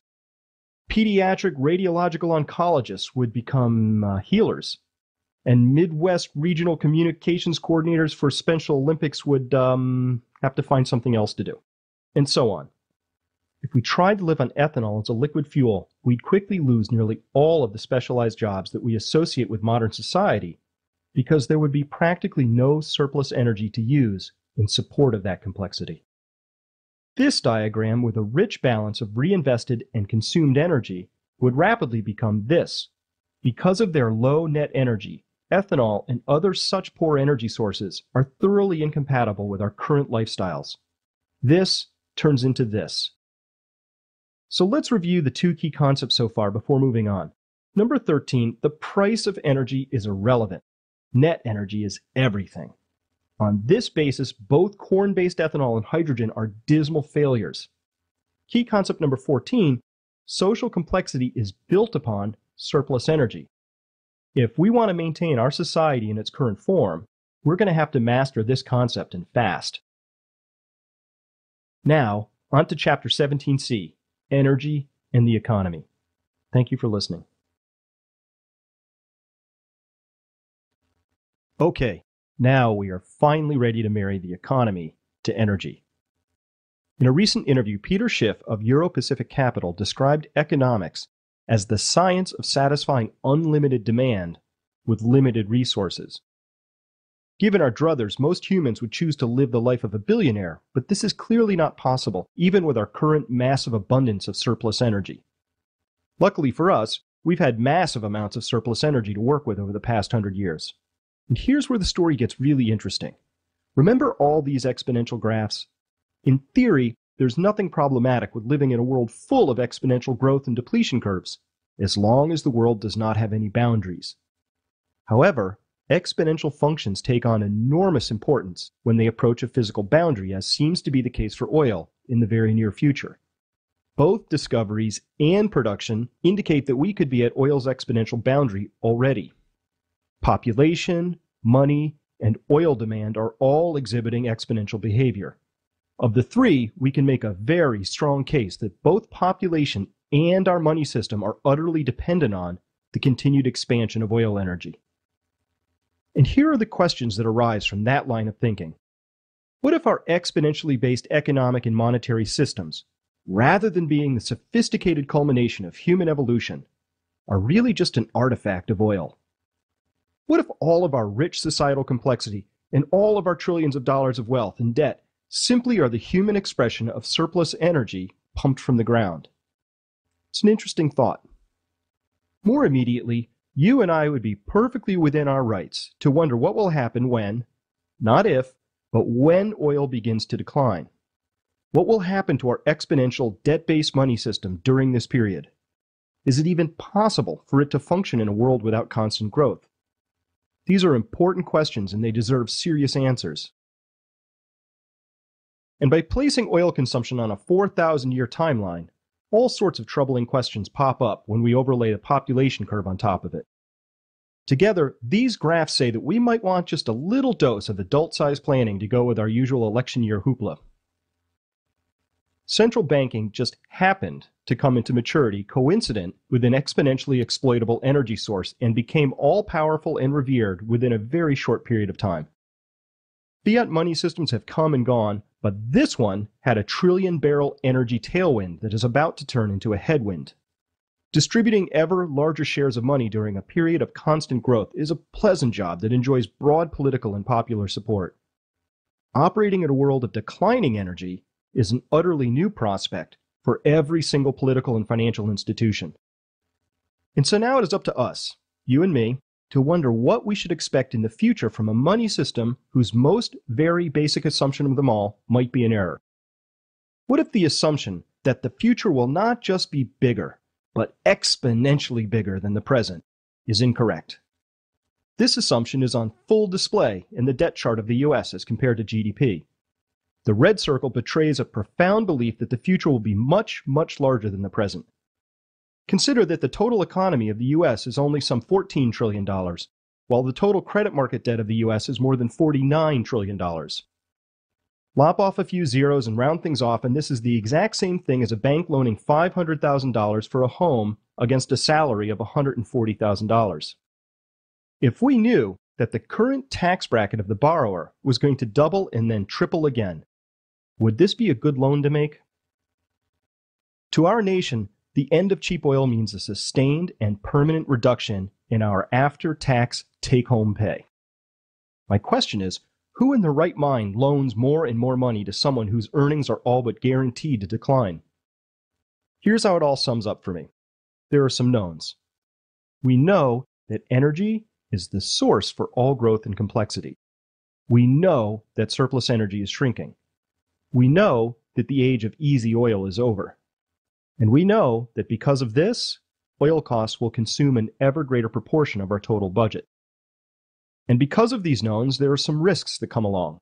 There is the risk that our exponential money system will cease to operate in a world of declining energy surplus.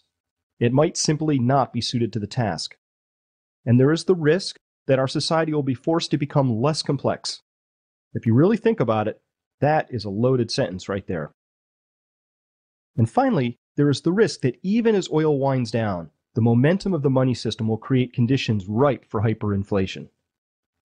Each one of these knowns adds to each one of these risks, and that is what this course is all about, assessing those risks and deciding what, if anything, a prudent adult should do about adapting to these realities and facing these risks. When I put these together, I feel comfortable making these predictions.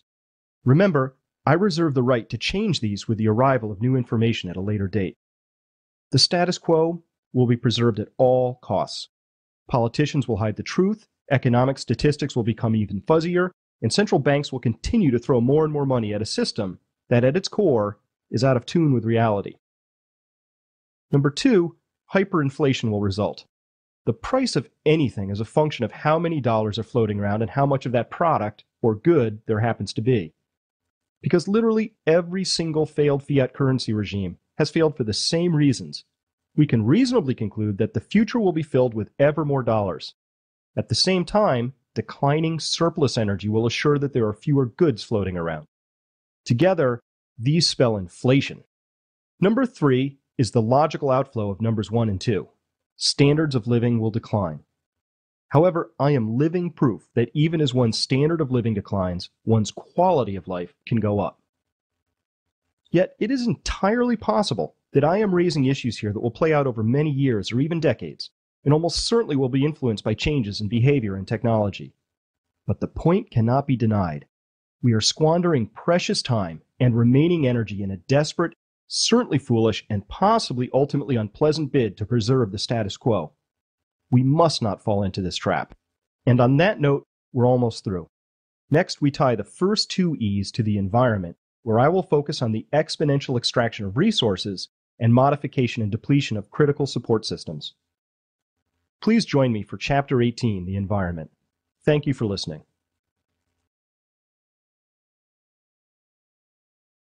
Congratulations, you have made it to the final chapter of data. The remaining 2 chapters are summaries and conclusions. Let me start right out by saying that this is not going to be about global warming. Instead, I want to focus on more linear, less complicated, and I believe more immediate concerns. The primary intent of the crash course is to show you that there's a bit of a disconnect between an exponential money system that enforces a creed of constant growth and living on a spherical planet.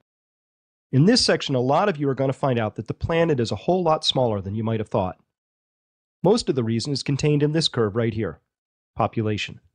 Consider that the entire human population finally reached 3 billion people in 1960, and that projections call for adding another 3 billion people in only 42 more years.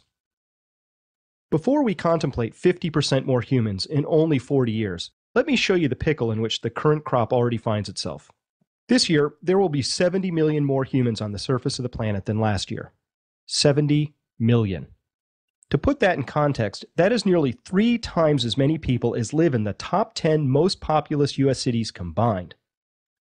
Worldwide population growth is equivalent to 3 of each of these cities each year for the next 40 years. More people means more demand for resources, more aluminum, more food, more consumer goods shipped to more places, and more cars. Always more cars. And in case anybody has the misperception that maybe this isn't such a big deal because maybe these people will be living in China in a dirt hovel with maybe a donkey in a wicker basket, let me show you one of the fastest growing cities in the world. In many respects, it is newer and more modern than most Western cities. This is what everybody aspires to. And people are the same the world over. We all want to live in bright, shiny cities, and we want to shop for nice things in nice districts. As a quick aside, China is said to have between 1.3 and 1.6 billion citizens. This means that the entire U.S. population of 300 million people, or 0.3 billion, would be referred to by the Chinese as a rounding error. In fact, if we combine the top 5 most populous cities in the U.S., we'd find that they would have fewer inhabitants than the largest city in China. But I want to return to the earlier statement that over the next 40 years, another 3 billion people will crowd onto the surface of the planet. One trait that humans share with all organisms is that we use the easiest to obtain and the highest quality resources first. When we use the Earth's resources, we start with the richest, deepest soils, with the largest trees, and the richest fishing waters. That is, we naturally exploit the highest quality resources first. At this point, I want to recall that oil is a finite natural resource, and because of this, we find that individual oil fields and collections of oil exhibit a classic extraction profile that resembles a bell curve. We can broaden this concept to create a generalized resource extraction profile, where we start with the closest, richest, and most accessible and highest grade resources first, before moving on to successively harder and poorer and thinner or more distant resources. What this means is that over time, the energy required to obtain those resources goes up, as do the costs. About this, there really can be no doubt. Here's an example. When we first came to this country, we were finding some pretty spectacular things just lying around, like this copper nugget. Soon, these were all gone, and we were onto smaller nuggets, and then onto copper ores that had some of the highest concentrations. Now we have things like the Bingham Canyon Mine in Utah. It is 2.5 miles across and 3/4 of a mile deep, and it started out as a mountain. It sports a final ore concentration of just 0.2%. Do you think we'd have gone to all this effort if there were still massive copper nuggets lying around in a stream bed? No way. Let's take a closer look. You see that truck way down there? It's fueled by petroleum, diesel specifically. If we couldn't spare the diesel to run that truck, what do you suppose we'd carry the ore out with? Donkeys? These trucks carry 255 tons per load. Supposing a donkey could carry 150 pounds, this means this truck carries the same in a single load as 3,400 donkeys. That's quite a lot of donkeys. My point here is that a hole in the ground a couple of miles across and 3/4 of a mile deep is a pretty spectacular display of the use of energy. When energy begins to get scarce, it seems unlikely to me that we'll be digging too many more holes like it, which means copper will become scarce. Now here's where the concept gets interesting. The amount of energy and money that is required to extract any mineral or metal is a function of the ore grade. We would measure that as the percent of the ore that consists of the desired substance. So a 10% copper ore, for example, would contain 10% copper and 90% other stuff, like, rocks or something. If we plot out how much other stuff we have to extract and then dispose of in pursuit of our desired substance, we get a chart that looks like this. Does this look familiar to you? It should. It's an exponential chart. It tells us that if we had an ore body with only 0.2% copper in it, we'd need to mine 500 pounds of ore in order to extract 1 pound of copper. I used this particular value because that happens to be the concentration of the Bingham Canyon Mine. This helps to explain why this hole is so big. It tells us that without these giant trucks, we probably wouldn't be mining such low ore grades. It means that we are already on the far right edge of this bell curve in terms of energy and cost. Do we do this because we like the challenge of low ore grades? No, we do it because we've already high-graded all the other known ore bodies, and this is what we're down to. We do it because it's the best option left. We do it because in only 200 years, we've already burned through all of the better grades. Let's look at another example, coal. Coal production, as measured by tons mined, has been steadily growing at 2% a year since the 1940s. This sort of stable, continuous exponential growth is exactly what our economy and society demand.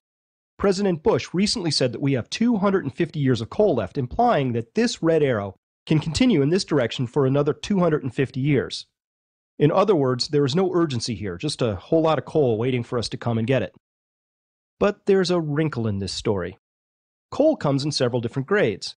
The most desirable is shiny, hard, black anthracite coal. It yields the most heat when burned and has a low moisture content and is highly valued in the steelmaking industry. Then comes bituminous coal, offering slightly less energy per pound of weight, and then subbituminous, and then finally something called lignite, which is really, really low energy, high moisture stuff called brown coal that is pretty much only useful for burning. The next grade below lignite is rocks, which burn only slightly less vigorously than lignite. Let's look at the U.S. history with mining anthracite. Notice a trend here? The reason we're not mining more of the stuff is because it's pretty much all gone. Our entire bequeathment of anthracite, formed over hundreds of millions of years, was largely used over a span of about 100 years. So we moved on to the next best stuff, bituminous coal. And here we might note that a peak in production was actually hit in 1990. Was this because we lost interest in this better grade of coal? No, it simply means that we started to run out of it. Naturally, we then moved on to the next grade, subbituminous coal, which we can see here making up the difference. And even lignite is getting into the game, although I don't expect to see this line really begin to move up until the subbituminous coal production has peaked out. Now we get to the really interesting part. Remember I said that the heat content or available free energy of coal got progressively worse with each grade? If we plot the total energy content of the coal mined instead of the tonnage, we get a very different picture. where the tonnage has been moving up in a nice, steady, neat 2% climb. We note that the total energy has leveled off and has climbed by exactly 0% over the last 9 years.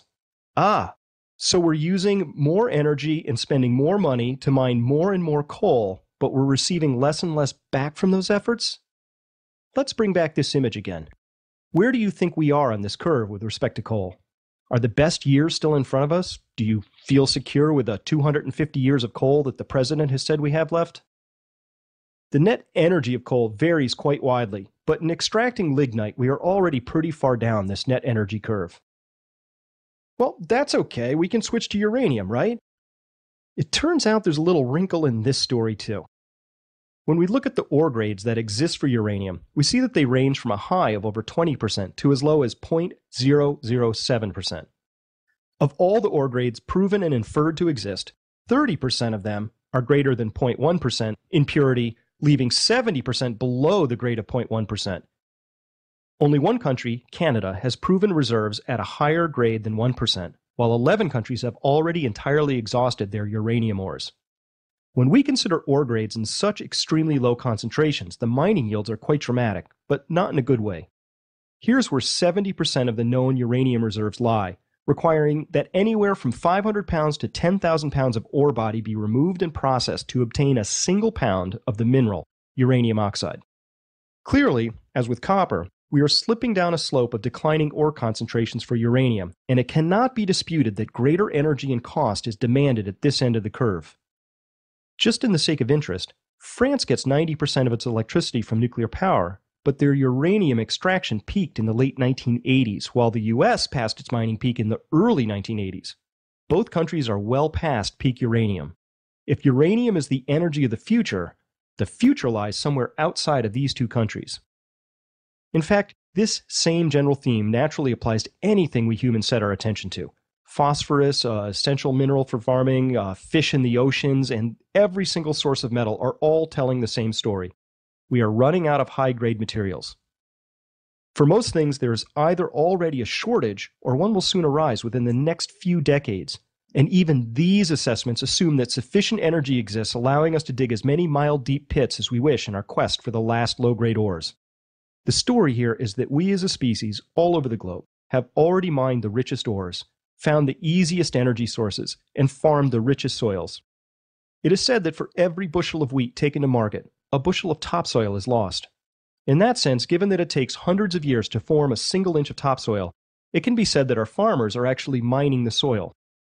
We have taken several hundreds of millions of years of natural ore body and energy deposition, and thousands of years of soil creation, and largely burned through them in the few years since oil was discovered.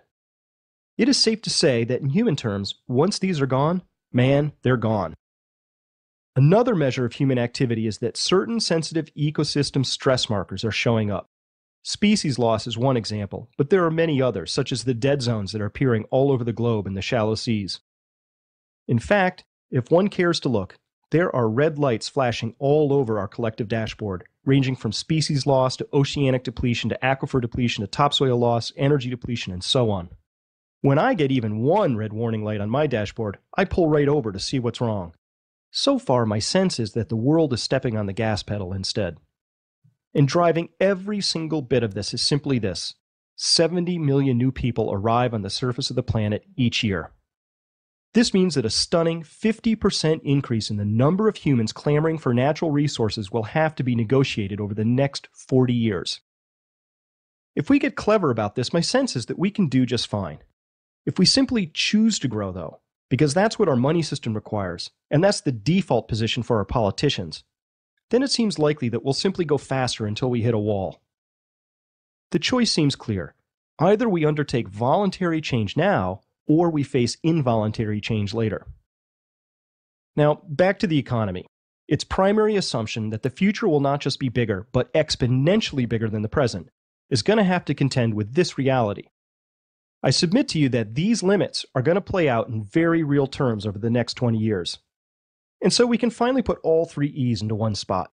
Our economy is based on an exponential money system that explicitly enforces a paradigm of continuous growth and implicitly assumes that the future will be much larger than the present. Growth requires energy, There's no getting around that. So the trends in energy stand in stark contrast to the major underlying assumption upon which our entire economy and our entire way of life are founded. Peak energy is a very real, very close prospect.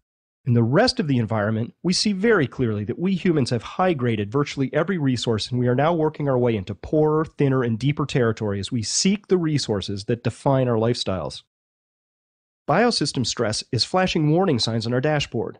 Pretending that we can just carry on consuming as we have while the world population increases by another 50% over the next 40 years is just not a workable plan. In fact, it's no plan at all.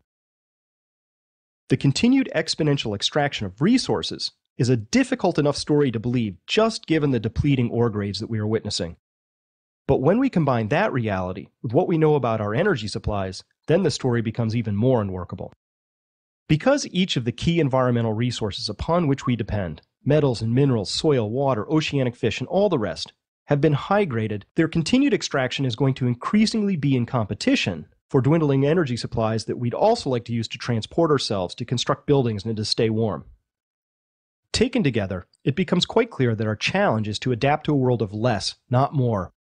A world where we have to put more energy into carefully managing what we have than seeking out new sources to exploit. We have an economic system that must grow, coupled to an energy system that can't grow, both of which are linked to a world of rapidly depleting resources. Out of the 3 E's, this is the one that is going to be doing the changing, and you need to be ready for that. That's what this entire crash course has been about. Let me make this even simpler. I want to be sure to get this point across very clearly.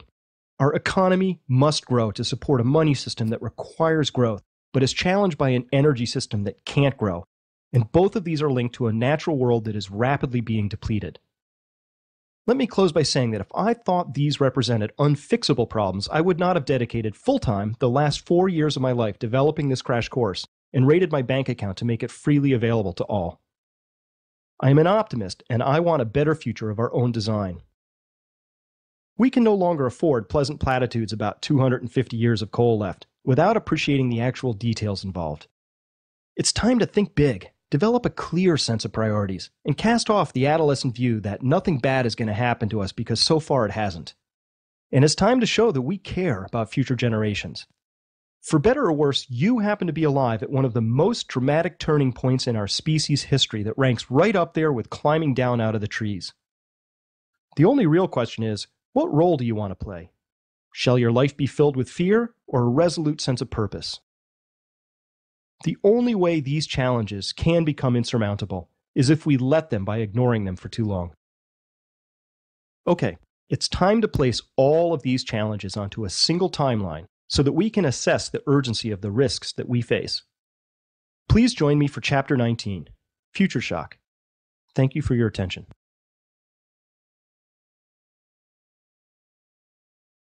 You are now at that part of the crash course where everything you learn comes together into a single spot. What I am offering is a comprehensive view of how all our problems are actually interrelated and need to be viewed as such, or solutions will continue to elude us. So let's review the key trends which appear to be converging on a very narrow window of the future. We began with an understanding of money, and the fact that our money is loaned into existence with interest, and that this results in powerful pressures to keep the amount of credit, or money, constantly growing by some percentage every year. This is the very definition of exponential growth, which we can easily see in our money, and of course, inflation charts.